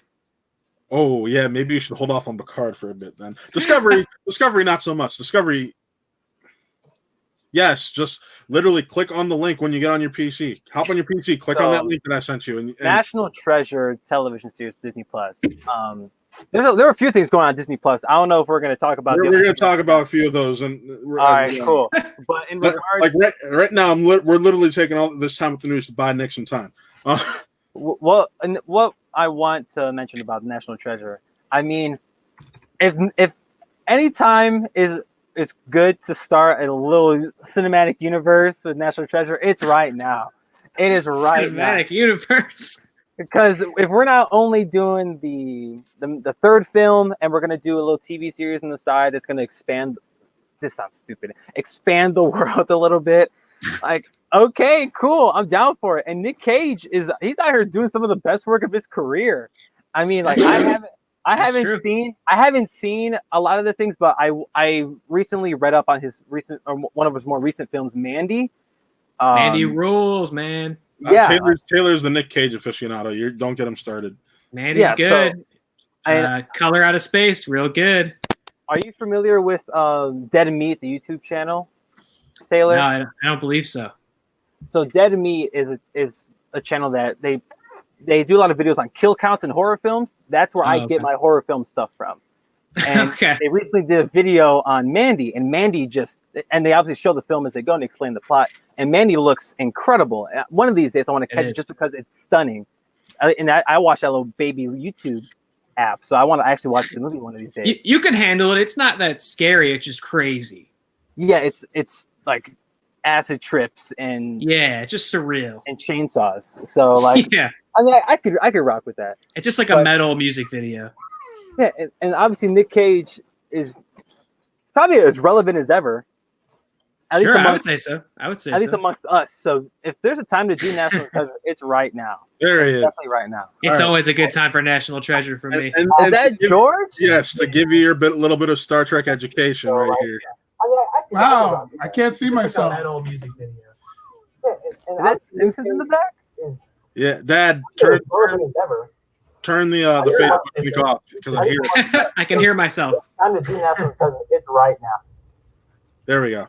All right, so you can explain better than I and give your reviews on the Star Trek Discovery show and Picard shows, because they want to know, as people who aren't as familiar with the universe as you and I, if they're worth the investment of watching.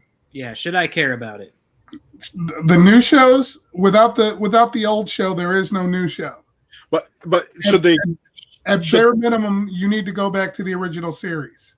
For the newest show, but I'm talking about for Discovery. They're talking about the two that are already out. There are a lot of references and background. I mean, they hold up on their own, yeah, but there is a lot of background, canon, and history that you miss out on. I mean, I've been able to sit and watch episodes of Discovery and come up with 15 to 20 Easter eggs and references over, what is it? We're going on 55 years of Star Trek now, I think. Something like that. So, it really depends. And mind you, none of the new series are my favorites. My favorite is Star Trek Deep Space Nine. Same here. Because it holds up better than any one of holds up better than any Star Trek series to date. I'm looking forward to Star Trek Strange New Worlds with Anson Mount, because, for someone who didn't get a lot of screen time, the Captain Pike character is really, really iconic in Star Trek lore.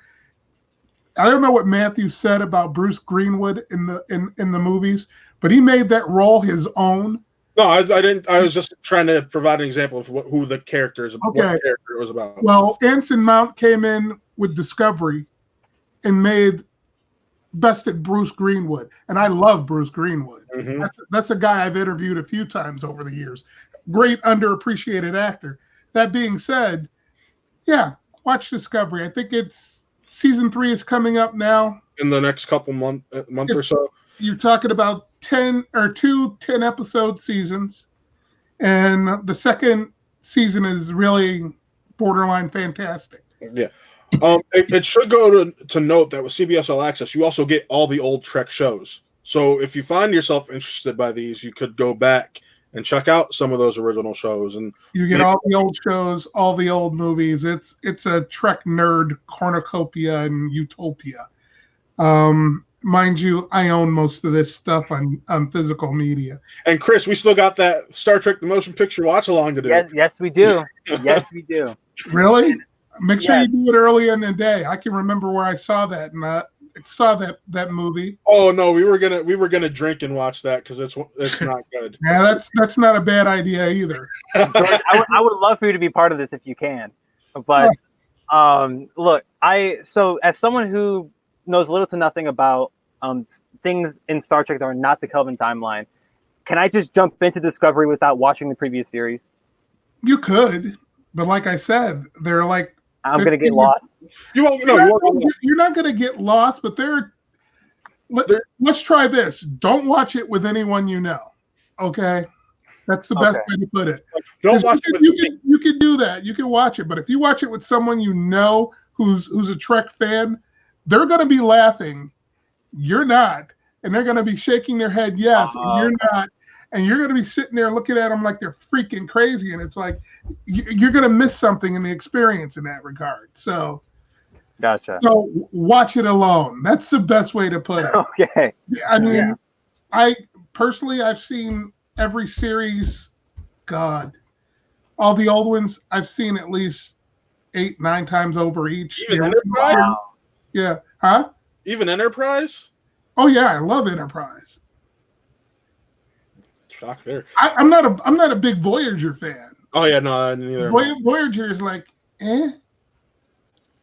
But Enterprise, after the first season, really started to find itself. And see, what you have to understand about Star Trek TV series, with the exception of the first series, they generally don't find themselves until after midway through the second season and after. Perfect example, Next Generation doesn't stand up well at all its first year and a half. It's like, really they did this? And it's like you could, and because you're a fan, you see what they're repeating, and it's like they're searching for their rhythm. And thank God they eventually found it, but first year and a half is very rough. Deep Space Nine, that lasted for about 2/3 of the way through the first season. And then, they changed the storytelling aspect of Star Trek. Instead of going strictly episodic, they got into a narrative where it starts at point A in season 1 and goes to its completion with point B in season 7. And that really made that show, along with the fact that unlike a lot of almost every Trek series, they didn't mind exploring and debating religion in Deep Space Nine. And that's what really added an element for me, because I'm sure even as young as you guys know, if you debate religion and politics, you're going to end up getting conflict. Yeah. And there was plenty of conflict, plenty of stuff to chew up, to think about, to debate about. So, and the father-son relationship in that show is just amazing. Yeah, it is. Do you think the new series are any less intellectual? I feel like that's a criticism I've seen. Hell no. Well, they're more action oriented. Yeah, they're still Star Trek. It's a blend. I would say it's a blend of like the Abrams movies with the show, kind of trying to find that even tone. Would you? That's fair, but here's a big problem I had with Picard, and I like Picard a lot. It'll get a pass for its first season.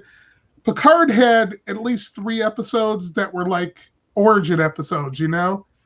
They're introducing new stuff, new characters, and it slows down the show's momentum. So be prepared for that. But ultimately, it proved to be very satisfying. I would say on behalf of Picard, if you decide you want to give Picard a chance, I would go back and at least watch the Next Generation films. Yeah.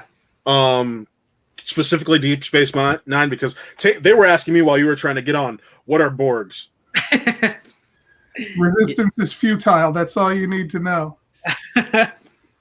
All right. The Borg are probably, you know what Klingons are? The Borg, do. When they first hit Star Trek, were like 10 times the adversary that the Klingons ever were. They're that dangerous.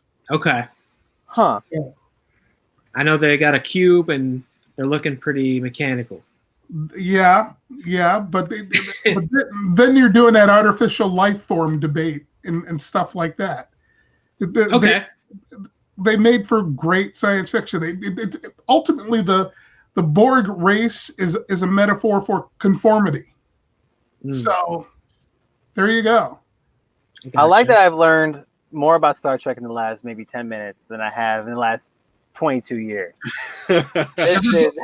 Everybody has a geek button, my friend. You know how All I it am took with was Star some Star Trek. That's all it took. Chris, you know how I am with Star Wars with all the toys in it, all that? Is behind the camera a bunch of Star Trek stuff? No, it's in the No, garage. it's packed away. Oh, okay. For now.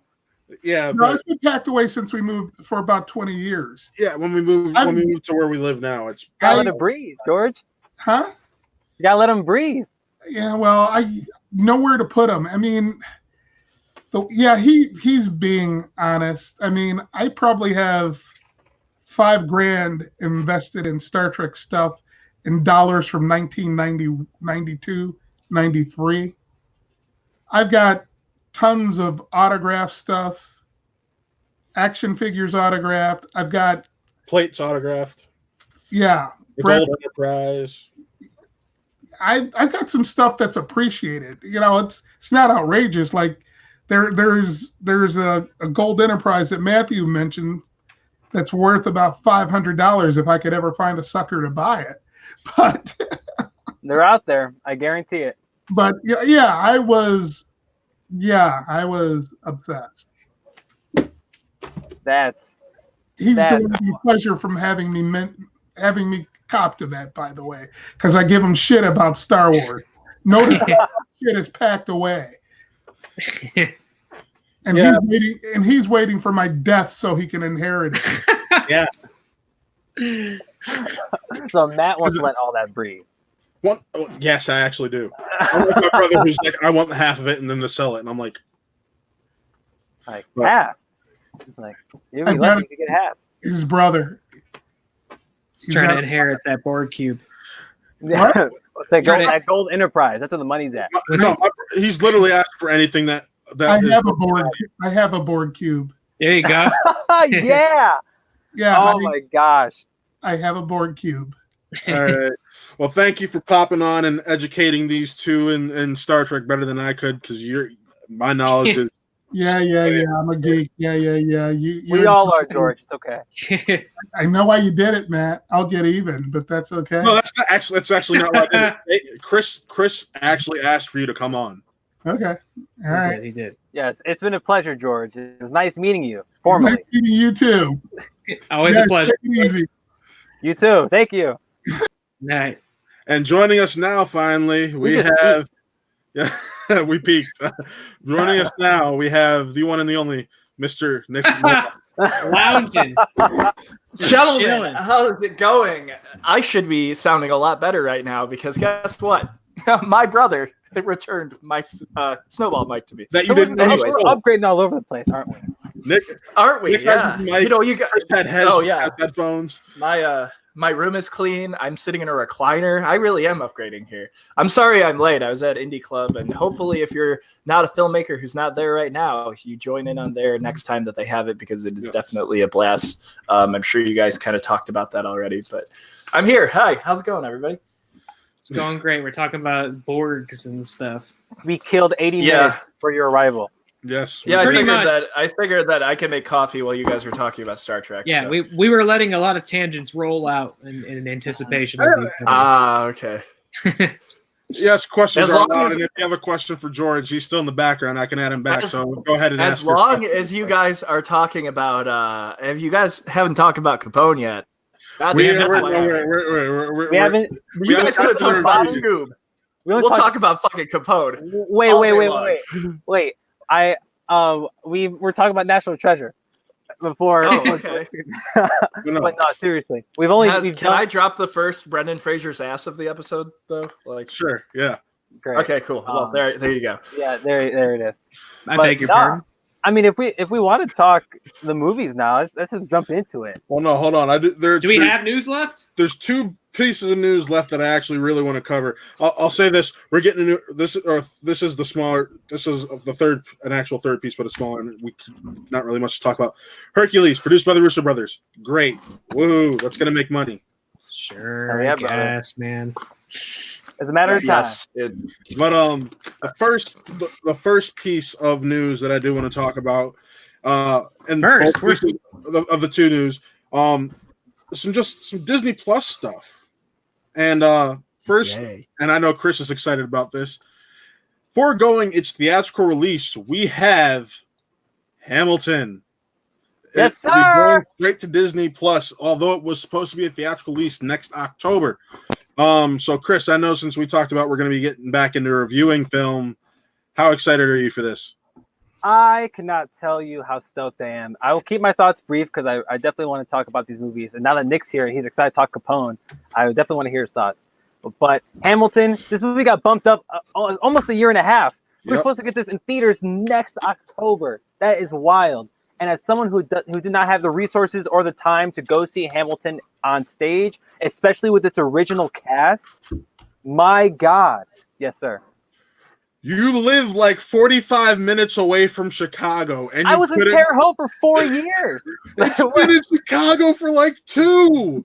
I was had your broke. breaks. I had no money, Matt. Christmas, Chris. I don't blame you, sir. I don't blame you. I'm broke.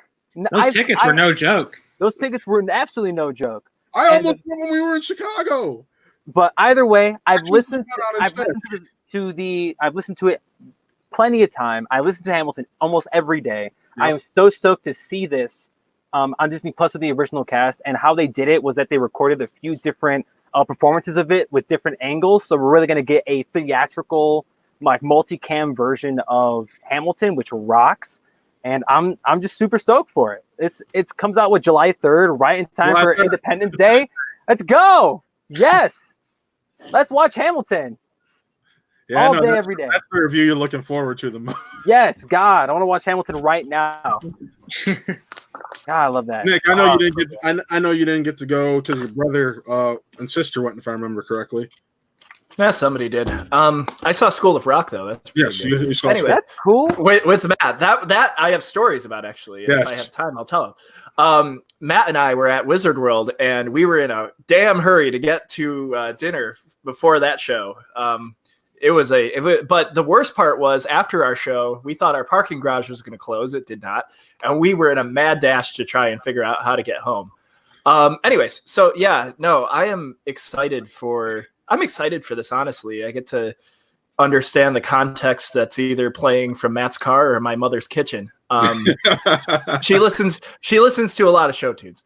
No, I am really excited for this. I'm definitely going to check it out because as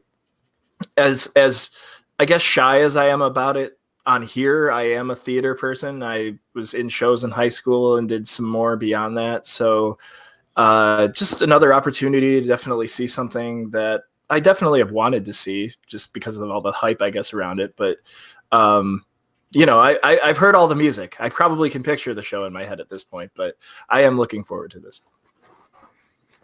Taylor, how about you?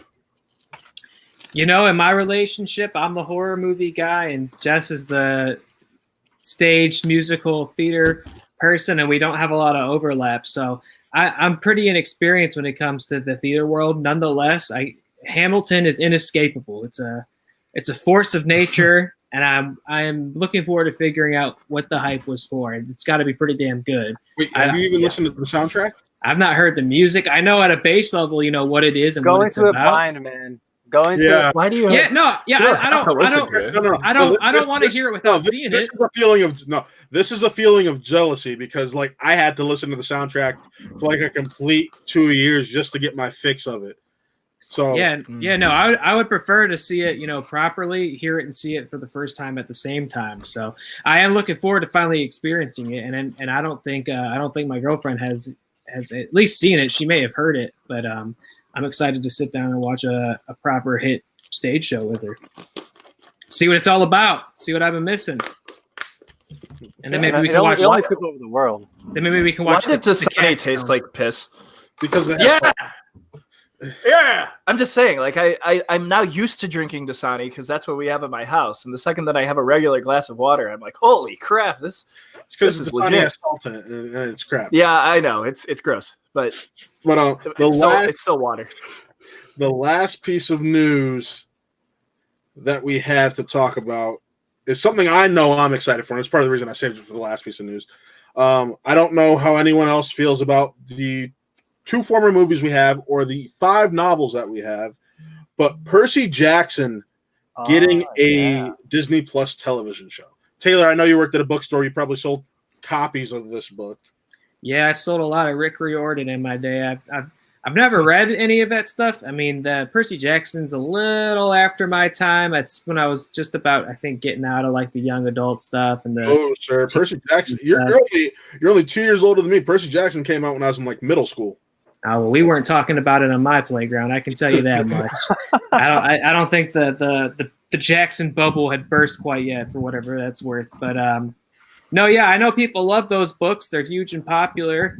Even to this day, I don't think he's writing those books anymore. But Riordan's always writing some stuff about a series to it, which is about he's got like an Egyptian gods one and a Roman gods one. Yeah, he's always writing about some kids hanging out with some gods or whatever, So he's got a lock on that subgenre. I know people don't dig those movies they made out of them, so. So, I don't have much insight into it personally, but I know the books really resonated with people. I know those movies did not. So, yeah, it makes sense to give it another shot. Hopefully this one will be more appealing to the actual fans. Well, what they're doing with this is apparently they're going with a 1 book equals 1 season approach. And Rick Riordan is going to have a hands-on development on the script and everything that goes on the show. I'm really excited about that. Yeah, it sounds like the right idea. Chris, you seemed a little bit excited about this. What you got? Well, I contrary to popular belief, I know it's not that good, but I like the first Percy Jackson movie. I actually like The Lightning Thief, for as cheesy and weird as it is. Yeah, that was my first introduction into the character and into the world. Then I read the books, so I didn't see the second movie. Was it Sea of Monsters? Is that what it was? Yep. And they kind of did the ending from the last book in it also, which was horrible. It was not good. This world, these books definitely serve a TV show better than a film. I love that the author of this film series is definitely a part of it as well. I saw this cute thing on Twitter. Logan Lerman was like, "Hey, like, good stuff, man. Can't wait to see it." It's like, that's awesome. But it's Disney Plus, man, and they're throwing millions of dollars at these shows. Even if it gets like half the budget of what Mandalorian gets, it's gonna look incredible. And I'm curious to see what happens. And hopefully it's not one of those. Mandalorian was only $1 million an episode, so. Well, even then, it looks stunning. And they somehow, and after watching the documentary of how the making of the show was, they definitely used that $1 million per episode well, because it looks fantastic. But my only issue is that I hope there are some cases where the author, the creator of something, gets too involved in interpretations of their work, and it doesn't do that work justice.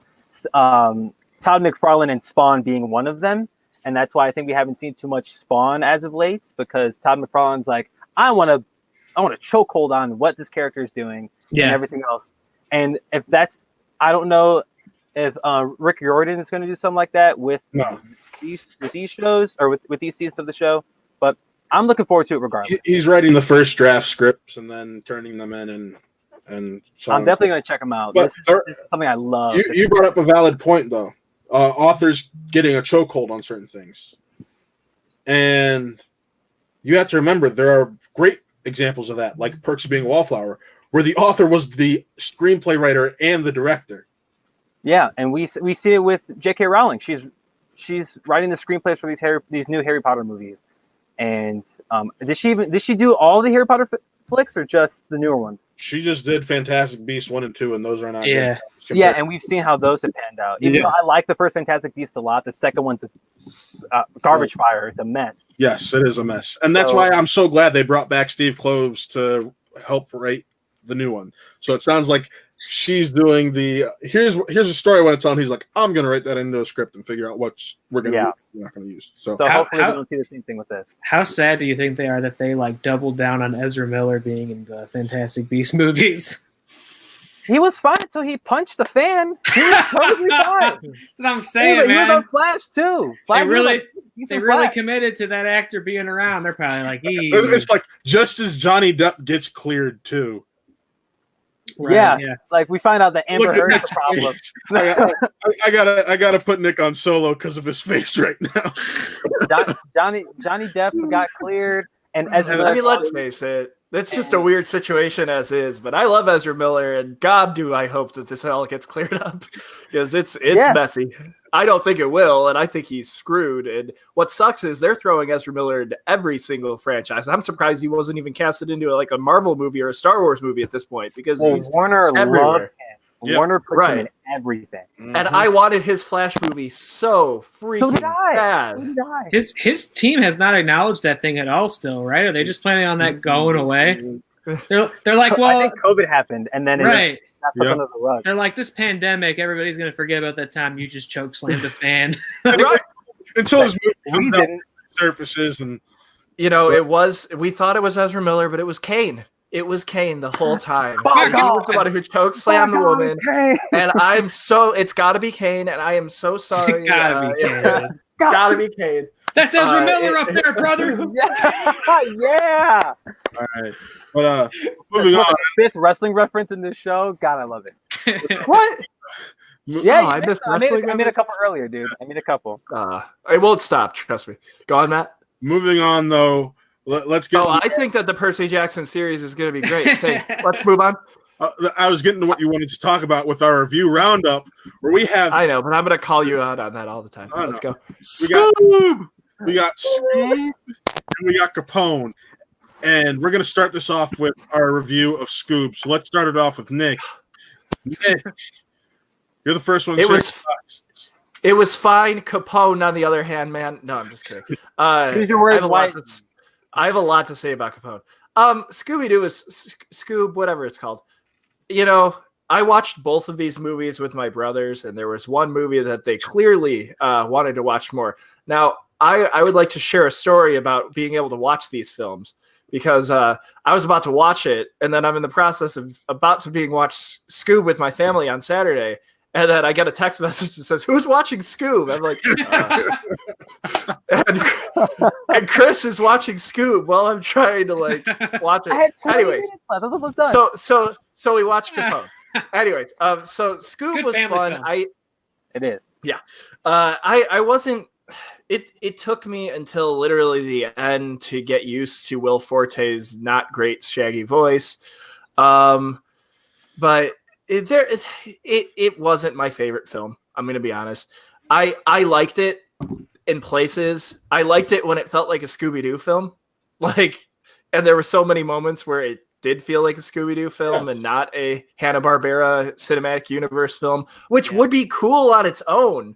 But here's the thing that these people need to realize about their films is that the Marvel Cinematic Universe was planned, but they needed the success of their solo films in order to be able to bring everything together. Scoob felt like it should have been like the fifth film in this series, or Scoob felt like it should have been the Avengers of this series in a way to me. And I mean that because they're taking characters and they're allowed to talk about spoilers in this. Yeah, go on. I'm assuming, right? Okay, Yeah, spoiler. spoiler. So, spoilers to all the people who watched Blue Falcon back in the day. I'm very sorry that I'm about to spoil this for you. But it's like they're taking these characters and they're putting them into this universe that clearly nobody's going to know. Like, I know that there was an arcade cabinet that had Hong Kong Phooey on it. And I went, oh, I got that reference. That was one of George's favorite parts, too. But you know, I didn't really know who Blue Falcon was before I watched this. And I'm glad that I do know who Blue Falcon is. And I love those old fashioned cartoons. But the moment that it goes, oh, it's his son, I go, well, why should I care? Because I don't care about Blue Falcon in the first place. You know, Dick Dastardly could have been. Wow. Oh my God. Rancidity. I love that. George didn't like Scoob, I guess. Oh, as soon as it was over, he walked upstairs. and it's like I wanted to like Scoob and Chris. I'm very sorry I'm about to say this, but I mean it in the nicest way. But I know that you like the first like Scooby-Doo movie, right? The live action one. The problem that I have is like this movie probably needed to do well for them to do the proper sequel, and I felt like whether or not Scooby-Doo Monsters Unleashed was better than Scooby-Doo is beyond whoever you ask, but Scooby-Doo Monsters Unleashed felt more like a Scooby-Doo film than the original Scooby-Doo felt, whereas this movie definitely did not feel like a Scooby-Doo film. It felt like a Shaggy and Scooby film, which is a series. Like, they have series like that. Unfortunately, they all involve Scrappy-Doo, and we don't want him in anything. But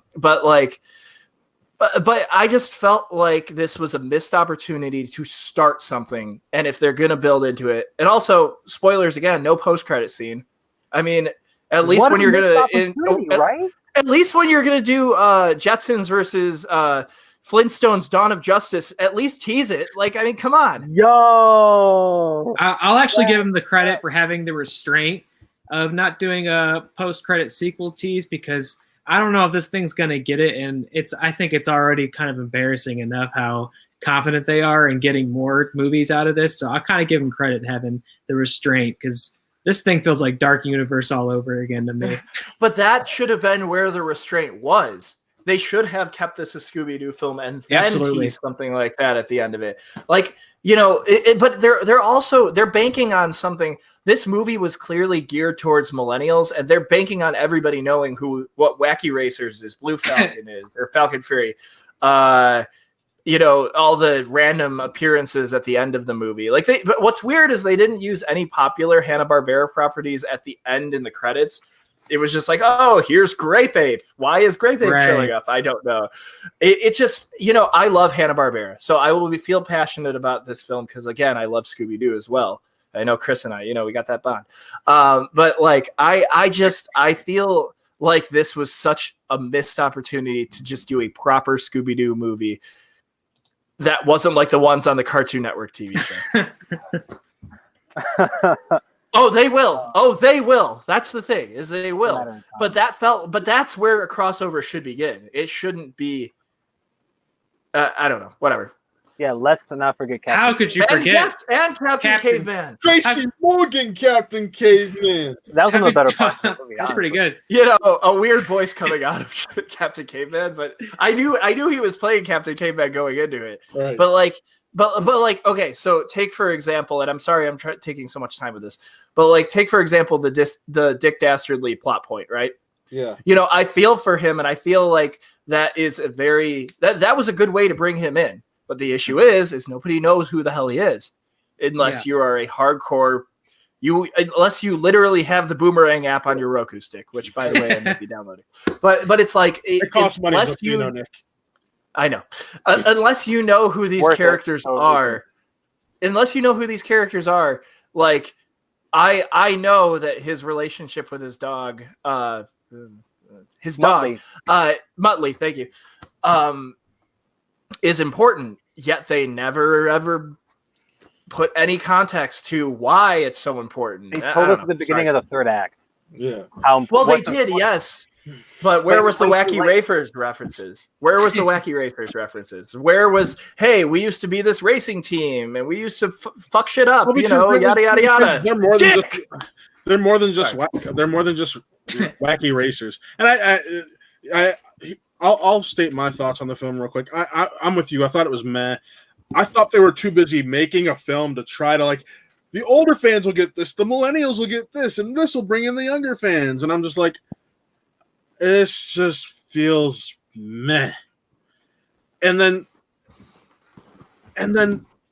to be honest, they screwed over Matthew Lillard also. Matthew Lillard is the living embodiment of Shaggy. He's like Casey Keenum, I forget. Kasem. Thank you, Casey Kasem. Case Keenum is a Browns backup quarterback. Yes.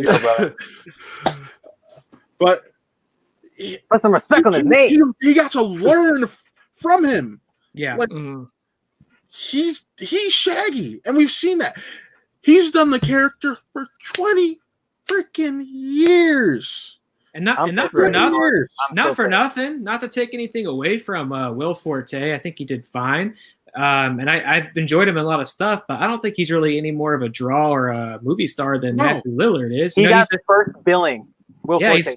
he's a strong comedy actor. I've enjoyed him and stuff, but I don't think I loved Last Man on Earth. I thought that got canceled too early. Yeah, I don't. I think it's kind of weird that I know they put some stars in there with like Zac Efron as Fred and Amanda Seyfried. Yeah. Which, by the way, I know it's animated, but Zac Efron as Fred was one of the best parts of that movie. Yes, I thought he killed it as Fred. Oh yeah, and I hate that he took the ascot off after he put it on. But no, he didn't. It got it got like blown off of him. Still, put it back on, man. But like Zac Efron was probably Fred should not be my favorite part of a Scooby-Doo film. I'm just saying, but You're like I thought he did a really good job of that. Yeah. And Amanda Seyfried was good, and the other three were fine. I did enjoy Jason Isaacs' Dick Dastardly. I do like the dick jokes were like you put dick jokes in a kids movie because you're like it's a kids movie and his name's Dick, so it's Dick. He's got the PP name. Right, exactly. It's like no. The PP name. And Taylor, I think we've gotten your thoughts. I think Chris, out of any of us, is going to have the most interesting take because he watched this with his younger brother, who is in elementary school age. So, Chris, I think you're going to have the most interesting take out of any of us. So, I want to hear what your thoughts were. So, I just to give some context, Velma is still hot, 1,000%. I grew up with Scooby-Doo. I love Scooby-Doo more than the average bear. I love this property and this franchise. Thank you. I love this property so much, and it means so much to me. The live action movies, the TV movies, every adaptation of the series, everything. I take it all in. I just bought some Scooby-Doo Converse this morning. So if that proves anything, like I'm a fan of the franchise. And I watched this movie because not only was I looking forward to it, the trailers were fun. Like I was expecting the Hanna-Barbera cluster that we got, but I just wanted to see how they did it. And I let my brother, who's 7 years old, watch it with me because he doesn't watch Scooby-Doo as much as I did when I was his age. And in conclusion, he could give 2 shits about it, and I was disappointed. I echo a lot of Nick's sentiments. Like hearing you guys talk about it right now felt like you guys taking me out to the back and shooting me in the back of the head. Because I honestly was watching this movie. I smiled twice. Like I think George taking shots at Chris. Oh no. Like I didn't think you were bad. Like you said, we're all geeks, and Scooby-Doo and Hanna-Barbera that's one of my pillars. But hearing Frank Welker do Scooby was incredible. I loved the little Easter eggs. Messick Mountain. Dom Messick used to do Scooby-Doo. He was the original Scooby-Doo a long time ago. Like I love that little stuff.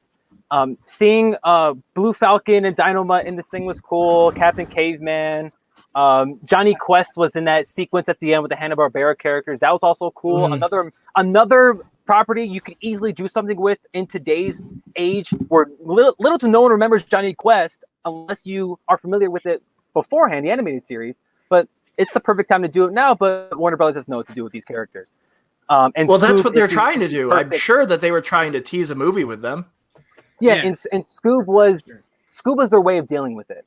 Scoob was Hanna-Barbera and Warner Brothers' way of utilizing these characters. That original series, Scooby-Doo from '69, is my jam. I mean, hell, we were. I know Chris, Nick.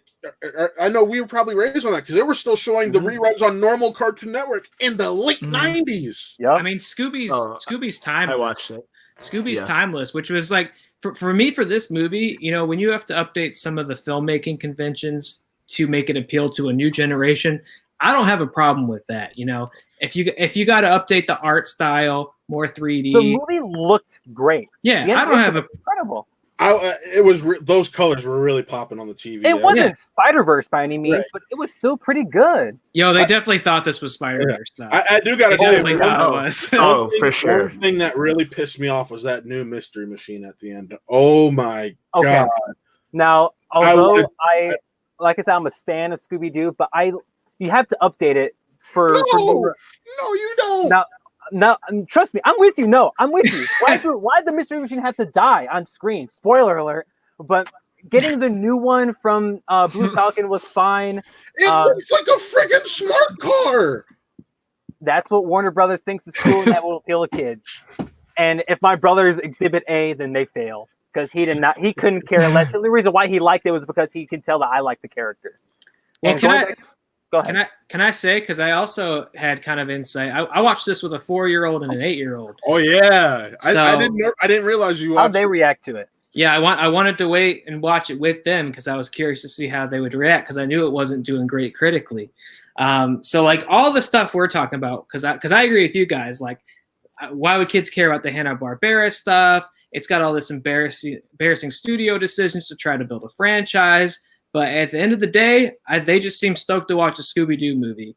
You know, none of these details really bother them. You know, the 8-year-old, he was stoked about this Blue Falcon stuff before he even watched it. He was like, "This is the one with Blue Falcon in it, right?" And I was like, "Yep." And he's, "Yes." So I don't even think he could have seen anything else with. Well, that's not true because I've watched some Scooby cartoons with him before, and they've crossed over with that character a bunch of times. So I guess that might be why he knew. Every Hanna-Barbera character has crossed over with each other at least once. Yo, and I want to shout out. I'm sure Chris knows what I'm talking about. The Cartoon Mystery Incorporated.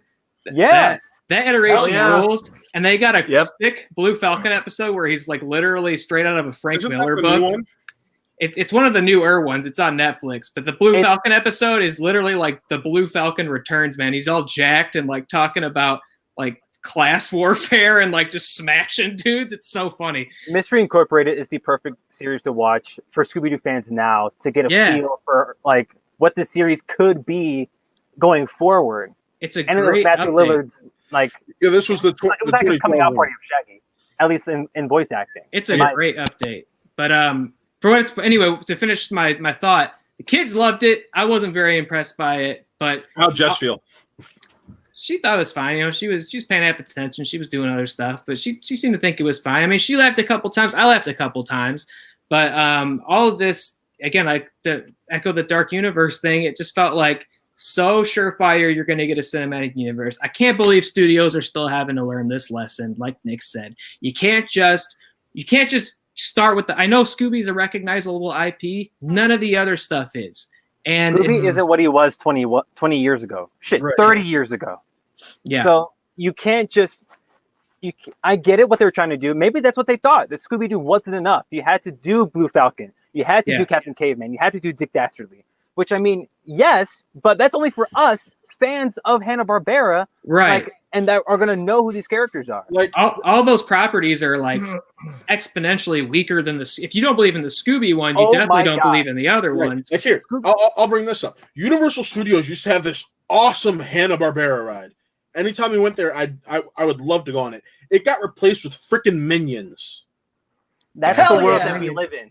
That's the world that we live in. Well, that's the thing. If they didn't believe in Scooby, I would have seen more value if they were like, all right, this Scooby teams up with Batman or Wonder Woman, because legally they could have done that, right? There's a Wonder Woman Halloween costume in it. Yeah. But and it's so clear that they are more interested in doing the Blue Falcon thing because they're like, we got to have more superheroes, which is weird because they got the DC stuff already going. But it's like if you wanted to do a Blue Falcon movie, just do it. And then here's my other complaint: is this movie so sparingly felt like a Scooby-Doo movie. You know, when I think of Scooby-Doo, again, things change to update with the generation, but something that hasn't changed is it's about them solving a mystery, you know, busting a crime, pulling the mask off the dude. That ride sucks, George. Give me a break. Scooby-Doo has a formula. Yeah. And they did not stick to that at all. They tried. And it's okay to experiment with the formula, but they just totally abandoned it. And for me, you know, Scooby and Shaggy are split up from the gang like the whole movie. And I was like, I want them. So, like, to me, if you wanted this to be the start of a franchise or a universe, you could have done something like, oh, the Blue Falcon's missing. You know, he's disappeared and we got to solve the mystery of where he went. And then you save him at the end and then you can do your Blue Falcon movie. But it's crazy how much I like what you just said more than the movie I watched. Yeah. And I just thought of that like 2 minutes ago while you guys are talking. So like it's easy to do. But then, yeah, and it's plug in Dick Dastardly and all that stuff, like literally a slideshow during the credits to introduce a bunch of other Hanna-Barbera. And how they're in that world. Yeah.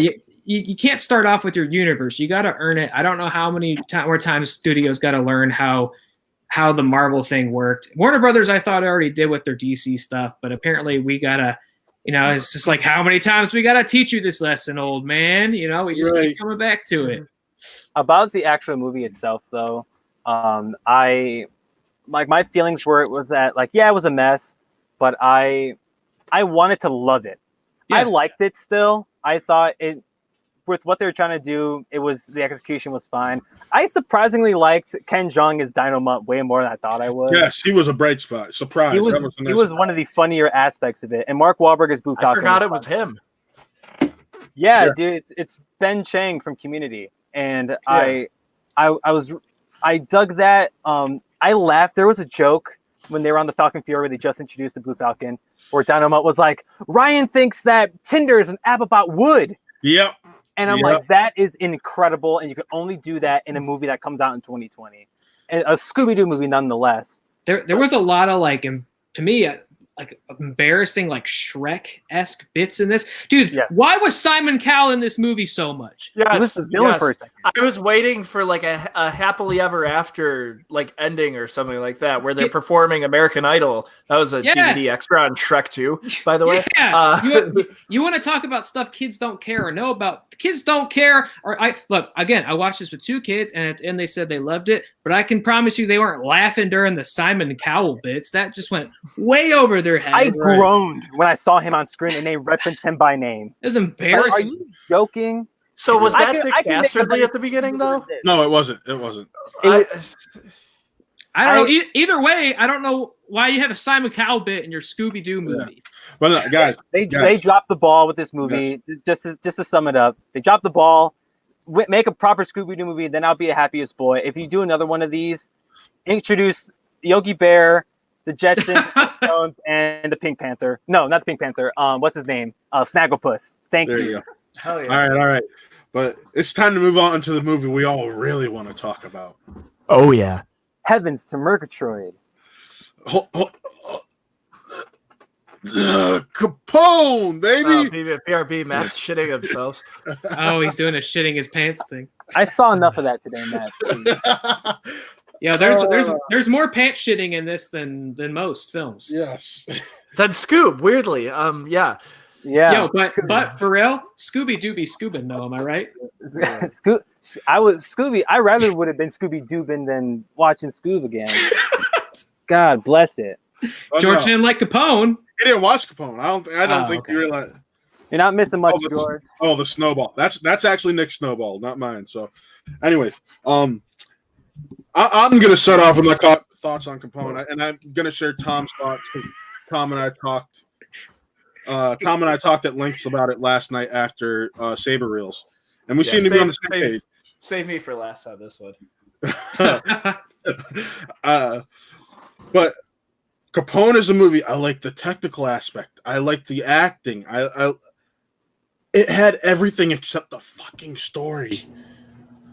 The script was weak, and you had characters come in and then disappear out of nowhere, like Matt Dillon's character. Why do you have to? One was with the anal, man. That was weird. Right.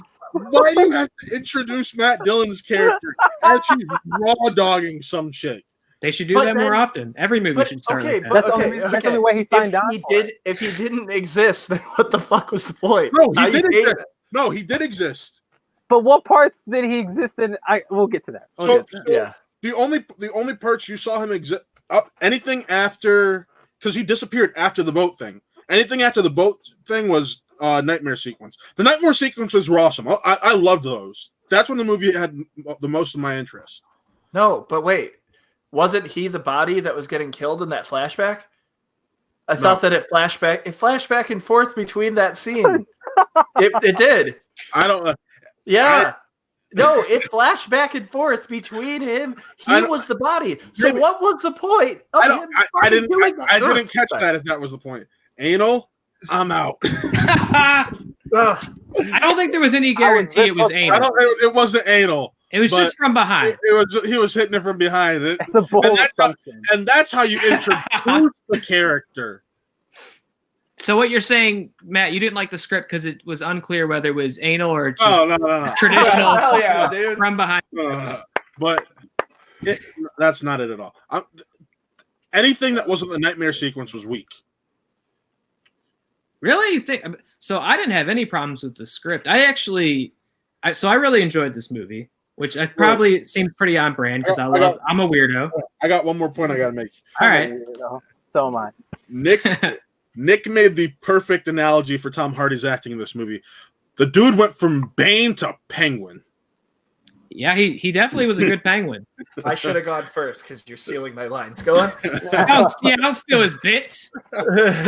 Hey, I'm giving him credit in them at least. I know. But Would it have been funny if he just took credit for that? That would have been great. But no, go ahead. Me? Yeah. Yeah, go ahead. I really enjoyed it. Look, for one, I'm excited to see Josh Trank get another stab at being a filmmaker, number one, because I always felt like it was unclear whether how much he was to blame for the train wreck of Fantastic Four, and I think cleared out a lot. I think it's still a little muddy in there. There's two sides to every story, but I definitely felt for him. I thought he had a cool idea that didn't pan out, so I'm glad to see him come back. Number one, and number two, this definitely doesn't feel like a movie that was influenced or changed by anybody else. This feels like somebody got to make the movie they want. I don't think you can dispute that at all. He got final cut. Yeah, this definitely does not feel like a studio movie. This feels like a vision completed. I like this a lot. Biopics are a dime a dozen these days, and it takes a lot for me to care about one. I get kind of bored easily, and a lot of times they're stories that we're probably already at a base level familiar with. So when I heard Al Capone movie, I feel like I knew what that was going to look like. But when it's like the last year of his life, riddled with dementia and syphilitic, with bloodshot eyes, shitting the bed every day, not being able to tell who's real and who's trying to steal your money, and trying to remember whether you might have buried millions of dollars somewhere, but you're not even sure if you did. Like, this was truly a fever dream of a film, and I love an experience like that. I think Tom Hardy's performance is great. Yes. It's so bizarre. He's making weird choices, but they're working for me. I think, like you said, the nightmare sequences are great. Does it feel like a traditional biopic? Not at any point. And I think that was its intention. So I think it's successful there.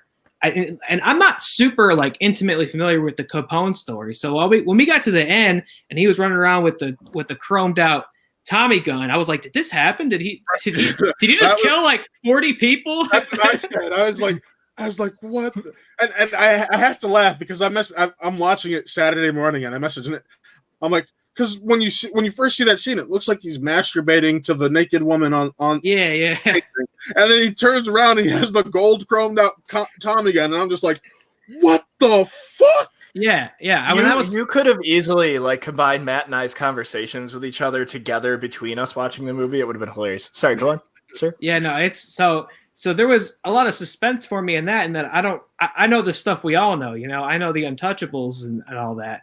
But I didn't know about the ending of his life, so I was like, I don't know, maybe he did just kill a bunch of people with a chromed out Tommy gun. I don't know. So I also didn't really know where the story was headed. I thought the whole sequence of him going to the banquet for his birthday, it was the nightmare, and going up on stage. Massacre. Yeah. All of that was amazing. That, to me, that totally invoked Nicholson going to get a drink at the Overlook back in The Shining. It felt like on that level of surreal nightmare. Especially when he was able to see the young version of himself in the mirror.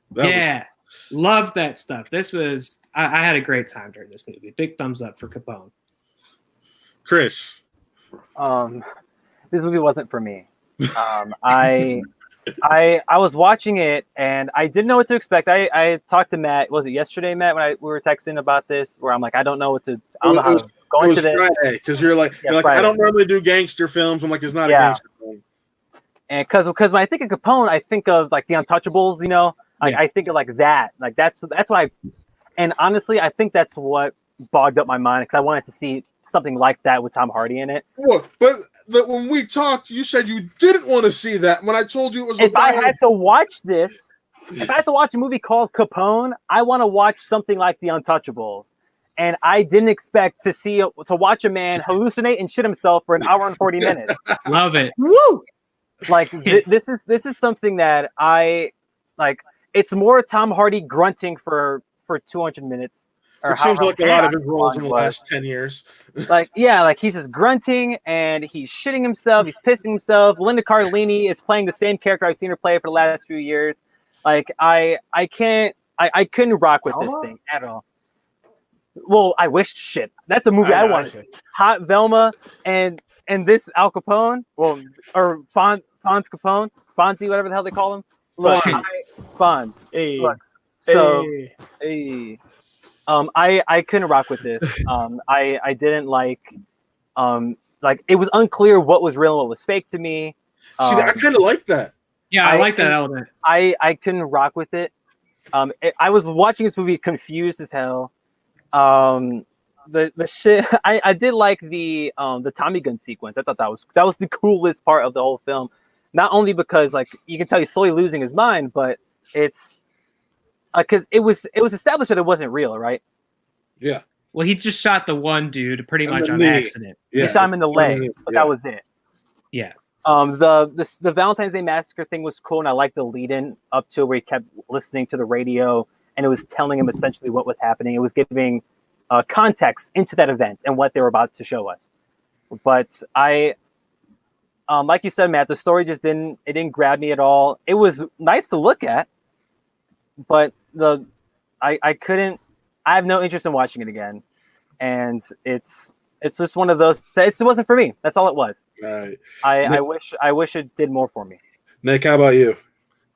Okay, so you give me some popcorn in a movie where the most ridiculous shit in the world happens. I'm talking 2 bowel movements within the first 10 minutes of the film. I am there. I am ready. Like there was a movie once that I'm not going to get into the details of it that I had watched where I just was able to laugh and enjoy it when when I shouldn't have been the whole time. Now, don't get me wrong. There were parts of this that I did really enjoy, like that.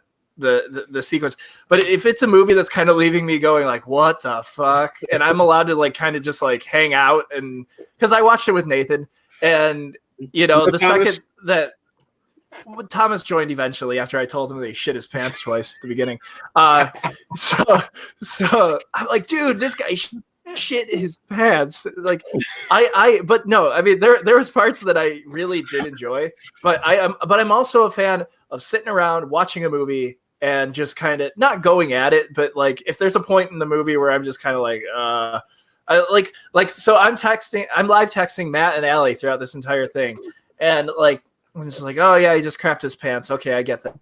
Whatever. He's singing the Cowardly Lion song. Okay, Wizard of Oz. Great scene. There was no way I could explain what was going on. I'm like, oh, there's a guy in his bathroom. Is that guy in his bathroom real or not? Like, okay. Shit, yeah. Oh, Matt too. Oh, yeah. We introduced Matt Dillon into the film by doggy styling a chick. This is great. And then, oh wait, Matt Dillon's character possibly never existed the entire time. Wonderful. It's just like it left me with questions. I loved Tom Hardy's Penguin the entire time. I thought that ending scene was very intense. Yeah. Although I kept thinking that one guy looked like Bobby Moynihan the entire time, and it was just like, oh my gosh, Capone, don't kill Bobby Moynihan. And then he killed Bobby Moynihan, kinda. But man, I'll honestly, like, that's a movie that like I could go back and watch with you guys. I could turn on with Lou and just have a blast. You know what I mean? I mean, like, it's no good book, as Taylor and Nick and I know. No. and if Josh Trank is going to keep making movies like this and Chronicle, then I'm like, yeah, I am all for it. But I went into this movie here, and I know we bring up Star Wars constantly on this show, but every week. But and I was thinking about it every single time that I was thinking about it. But I know it's already been mentioned, so I can say this. But this was kind of like the deciding factor as to whether I was going to like his Boba Fett movie if it had ever come out or not. Because I was going, wow, we have Chronicle, that's good. Wow, we have Fan Four Stick, that's not good. Well, let's meet in the middle. Let's see how we like Capone. And from a filmmaking standpoint, I really like Capone, but I can see where his Boba Fett movie could have been, or it could have been fine. Like, I'm okay with it now. Again, it's never going to happen, but I'm just making a point. Like, you win some, you lose some. I would worry about studio interfering with that just in case if that's a problem in his movies. But this movie was fantastic. What studio made this movie? You guys know? Redbox and Braun, and let's bring up the graphics, see if we can see it on there. Oh, this is a Redbox Hopefully- joint? I didn't realize that. Yeah, it's a Redbox joint. Vertical Entertainment, Braun, Redbox. Okay. Oh, I have a story about this movie that has nothing to do with the actual movie itself, but Connor and Matt know exactly what I'm about to talk about because I had texted them it directly after it happened. So I'm on Instagram and I'm going through my stories and stuff like that. I'm like, no. And out of nowhere, I get a Fandango ad, right? I get a Fandango ad for Capone. I'm like, oh, It's listening all right. to you. Well, and it's like explaining the plot. It's like, here's where you can see it. I'm like, oh, all right, cool. So I click on the next thing because I want to move on from the ad. And the picture of Capone changes, but the information stays the same. And it's a picture of Gotti. I'm like, what? Are they really trying to push this movie still? So sorry. The critics my didn't. God. The critics didn't I want need our you to daily do it. Gotti. Yes. Well, there are two other things I liked about this movie. We've already talked about Gotti on the show, by the way. Yes, there was a Gotti Oh. reference as well. What? I love the stuff with his son, his other son, Tony, I think his name was. Yeah. I kind of like how like May was just like he was acknowledging it but wasn't acknowledging it at the same time, and then he went nuts. That was the one person he could remember. That was kind of cool. And then the scene that he had with May where she realized he lost it and that he doesn't remember her anymore, and he talks about how she's an angel and she has broken wings and stuff, and then he's like, but I don't know who the fuck you are. It's like, that's awesome. Like, I really like that. Those two scenes, and obviously the Tommy gun one. Oh, and Matt, you mentioned the nightmare sequences. Those are good too.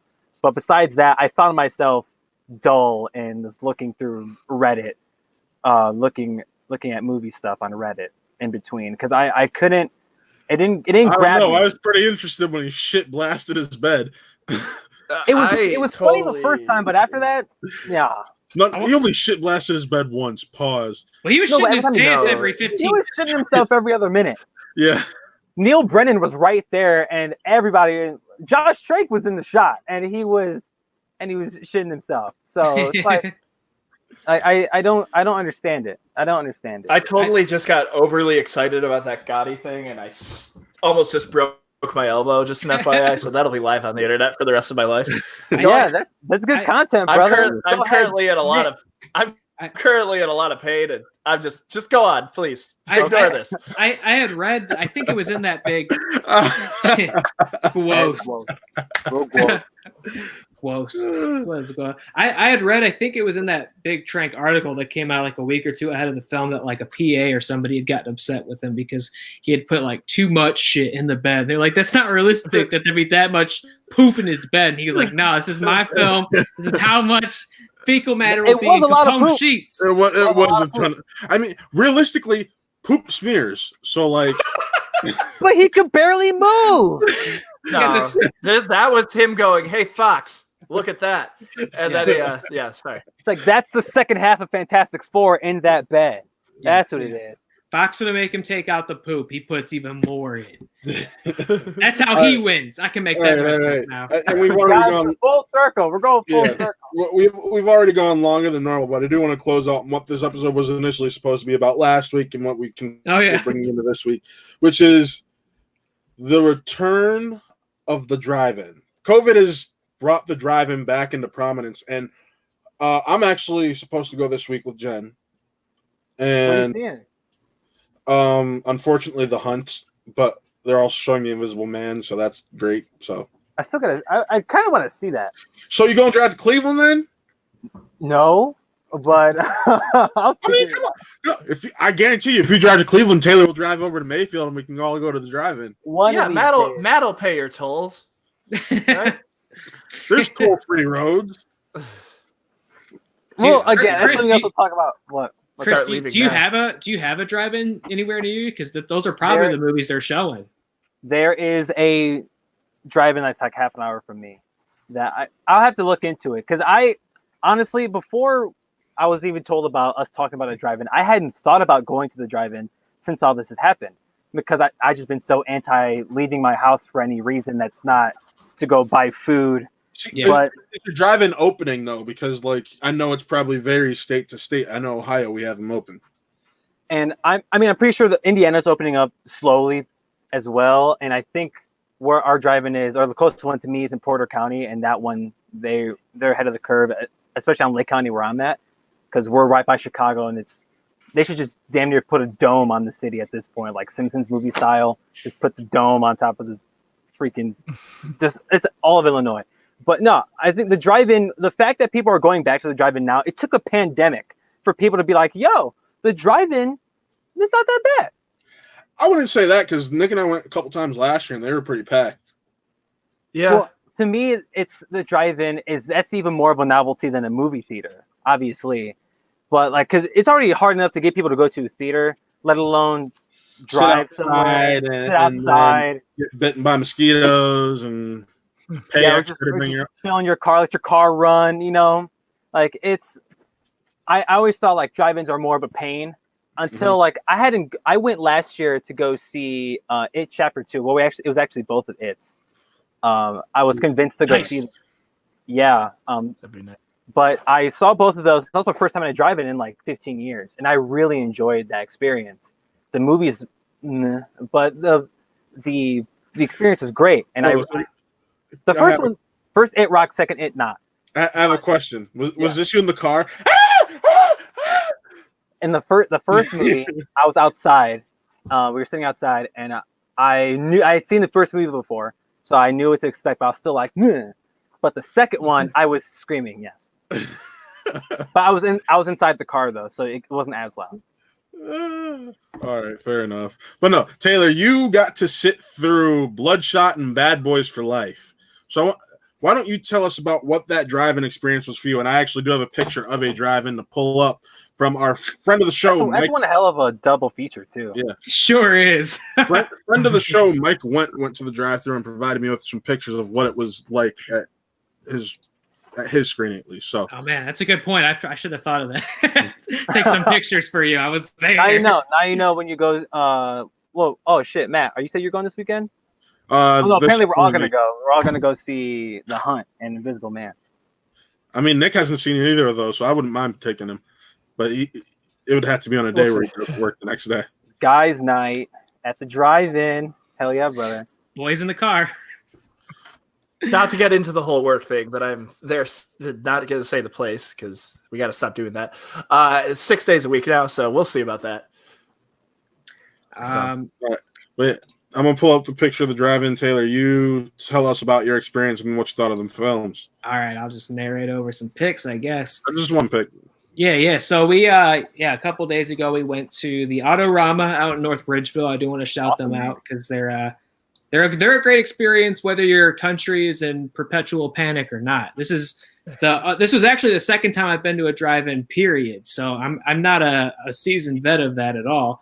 But I was very excited to go again. Obviously, I have been starving for the theatrical experience since February. Is that Tenet? It's the trailer for Tenet. Oh God, I'm like, what? Yeah. We got a trailer for Tenet as well, so it seems like they're planning on getting it, and that's like I would love to see Nolan in the IMAX, but I'll go where I can. Yeah, I'll go for the drive-in for considering current circumstances. So we went. It was I think for safety reasons they were only selling half the tickets they typically would. They were just doing online sales only. So I snatched those up because I knew it was going to sell out, and it did because obviously people are ready to go see movies or just do anything. And why wouldn't you go do this, which you can just inherently socially distance by staying in your car, which is what we did. They let you bring food in right now, which is typically a big no-no. So we brought a couple snacks, but we did still sneak out of the car real quick with the masks on, get some extra food because they got killer concessions at the Autorama. We have to pay over here, so. Yeah, we loaded up on some popcorn and fried pickles and such. But after that, that's awesome. Yeah, it was good. They got good food over there. But after that, we just bunkered down in the back of the Scion. It was a chilly night, but we had tons of blankets, and it was great. I didn't have to see or speak to really anybody, so I wasn't worried about that.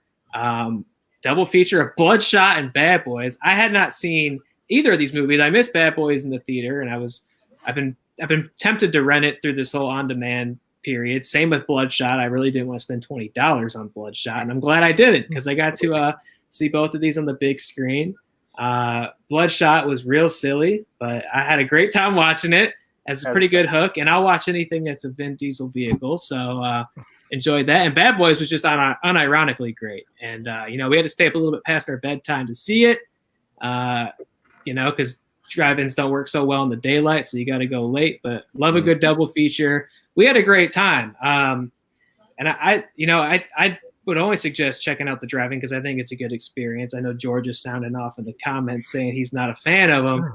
And fair enough. I sense he's probably experienced more than I have. Yeah, because they're probably more predominant back when he is in. Right. And it is kind of a novelty these days. They're few and far between. It may not be how I'd go see every movie, but for the time being, I probably prefer to go there more often than not now because of the experience they're providing. I mean, they're open from now until normally October. So yeah. I mean, and again, like I said, when I went last year, we went for John Wick 3, and we had a great time then. That was just because we wanted to try out the drive-in. So I'd suggest it if you got one near you. A great thing to be doing right now. And if you want to support movies, want to support theaters, I'm always up for that. I'm always preaching that. Go find a drive-in. Like I said, Bloodshot and Bad Boys were what we had. The other screen was a kid's screen, so they had Trolls naturally and Doolittle. I guess they just. You didn't want to see Robert Downey Jr. pull shit out of a dragon's ass. Nah, I opted for Scream 2. But we got trailers for Hunt and Invisible Man, so I'm guessing that's coming up. You can see they're very limited in the movies they got to play with right now. But there was a Tenet trailer, so if theaters open and movies start coming out, if I can swing it, I'll probably go for the drive-in more often than not, just because of the experience it's offering right now. I don't got to worry about some bonehead coughing all over my seat before I walked in the last screening. I prefer to do that just because of the aspect of. I mean, there are people who are loud and annoying, I'm sure, at the drive-in, let alone anything else. But what's nice is you can close the door and you can have the and to share a little bit of an experience at the last one that we went to. Now, I was the one who drove, and I was just like, all right, we could. I think I might have actually had to work the next morning. I'm like, all right, we could stay, whatever. No, you did. The next morning was 4th of July. That's what it was. It's my mommy's birthday. So I'm just like, I got to be up early to probably go do something for that, whatever. So I'm like, all right, fine. We'll stay for Aladdin. We went for Toy Story 4, stayed for Aladdin. Everybody's watching it. I'm kind of just sitting in the front of my car on my phone. And then out of nowhere, I just hear.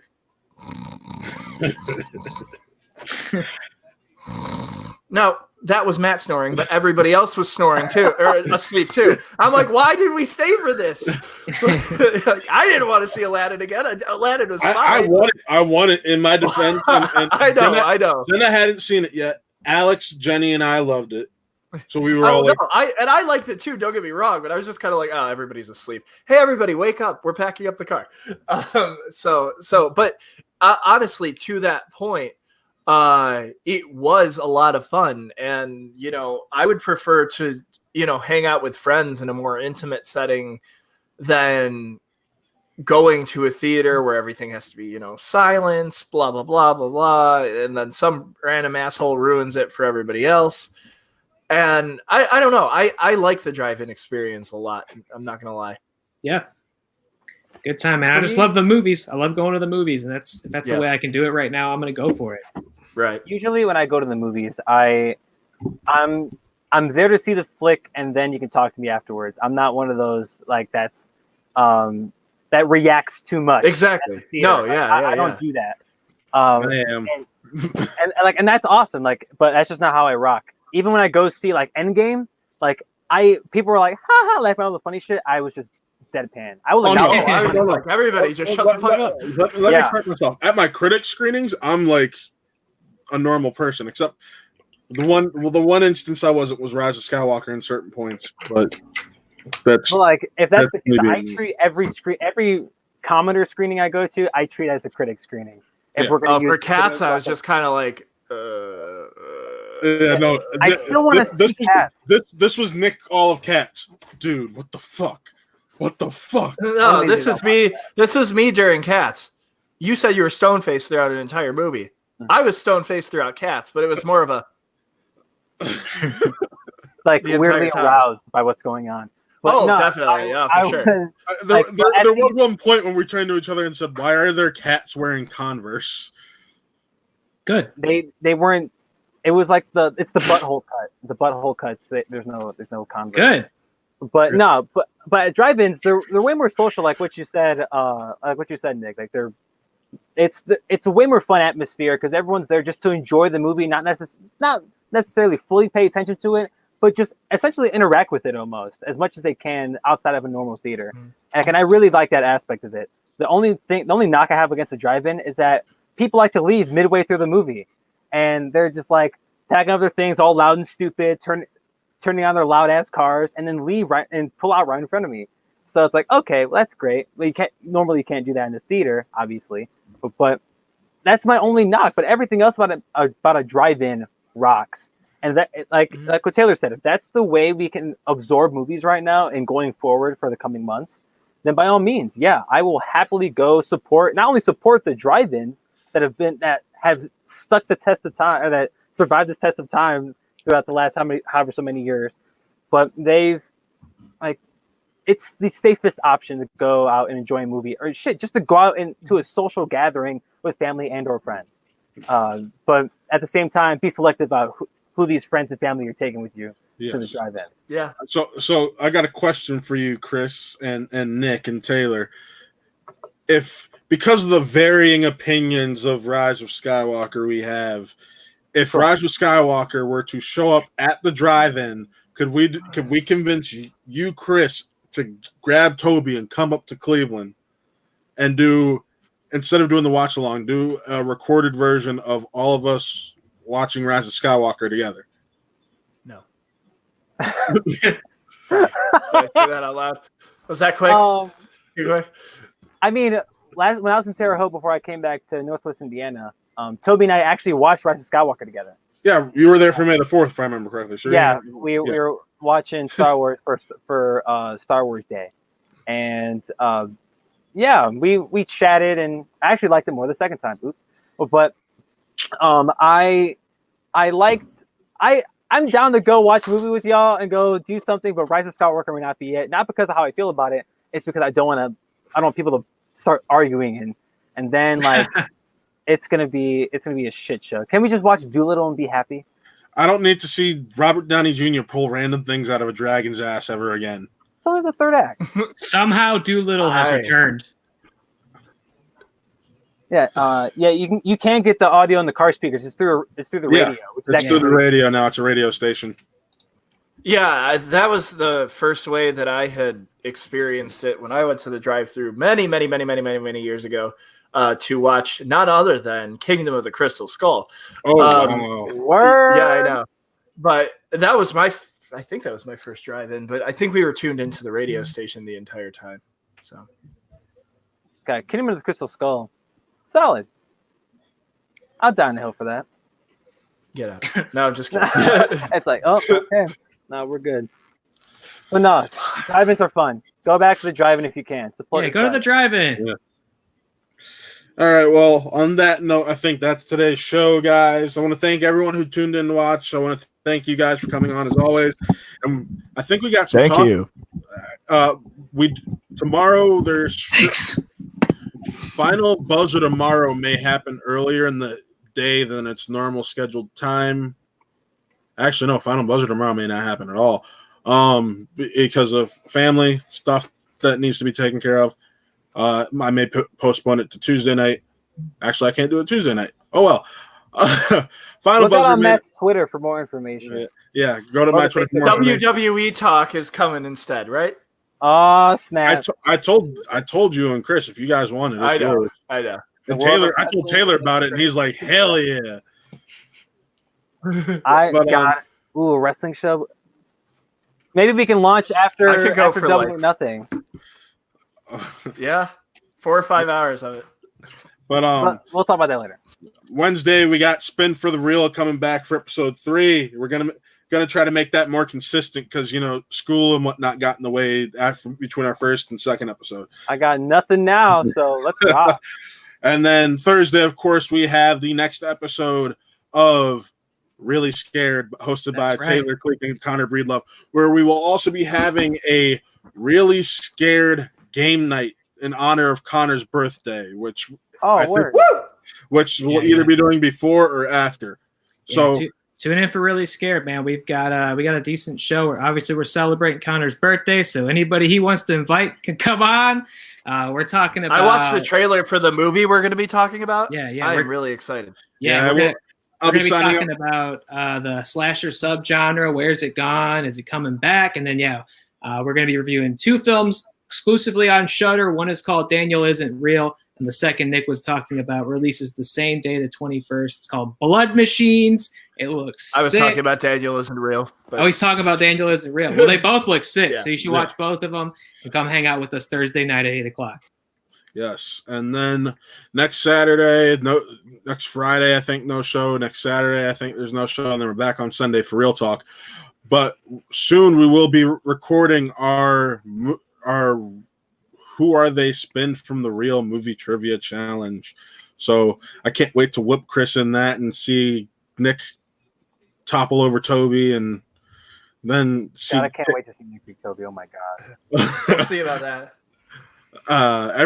Toby even said it's a foregone conclusion, dude. Although, granted, it's probably the 2 people who know the least about movies. It's probably going to be the one that gets the. We're going to set the record for most wrong answers. It's probably going to be the case. Yeah. Lowest scoring game. It's going to be like 5-7. I don't want to speak for Toby. And then the next round, I'm going to be calling out Taylor on the top of a damn building. That's Mobach up there, brother. Get your ass down here. Is it? Could it be? It is. Nah. But also, at least relatively soon, I was somehow convinced to do a watch along to Us. Yes. Us. I might join in on that. I love that. I haven't seen it. I know little to nothing about it, and because you guys just like watching me freak out for 2 hours. So sure. Good movie. Yeah, so we got a lot of fun and maybe Monday after my family obligations, since I might already be a little. I'll hit up Chris for the Star Trek the motion picture watch along. Oh, we'll see. We'll see what's up. Okay. Oh, wait. He wants in on what? Because this wasn't about Star Trek. I know he's a little bit behind. I think he wants to watch Us. Does he want in on the game night? Does he want in on the Us? Yeah. On the watch along with Us? Invite him to all of it. I mean, he and I can be on the same camera. Oh, dude. Just set it up on my laptop. Mr. Thomas, that would make Connor's birthday if Mr. Thomas is on. Oh, yeah. I mean, he and I could be on the same camera. I can just throw this on my laptop instead. But yeah. I'll talk slashers with George. It could be fun. Okay. All right. If he wants to come. All right. Oh, yeah, no, you're not getting in on trivia, dude. That's not possible. Sorry. But Womped. Undisputed reigning Watt movie trivia champion, George Thomas. Nah. That's the fear, right? Nah, that's George Thomas out there. It's not the fear. It's the fact that there's not an 8th competitor to balance that out. It's already balanced at 6. But that's it for the show tonight. Like it should be. Yes. Yeah. Thank you. But no, thank you for everyone for watching, everyone who tuned in, whether it's Facebook, YouTube, my Falcon. Everybody leave with a Falcon Fury dab. On that note, no. Have a good night.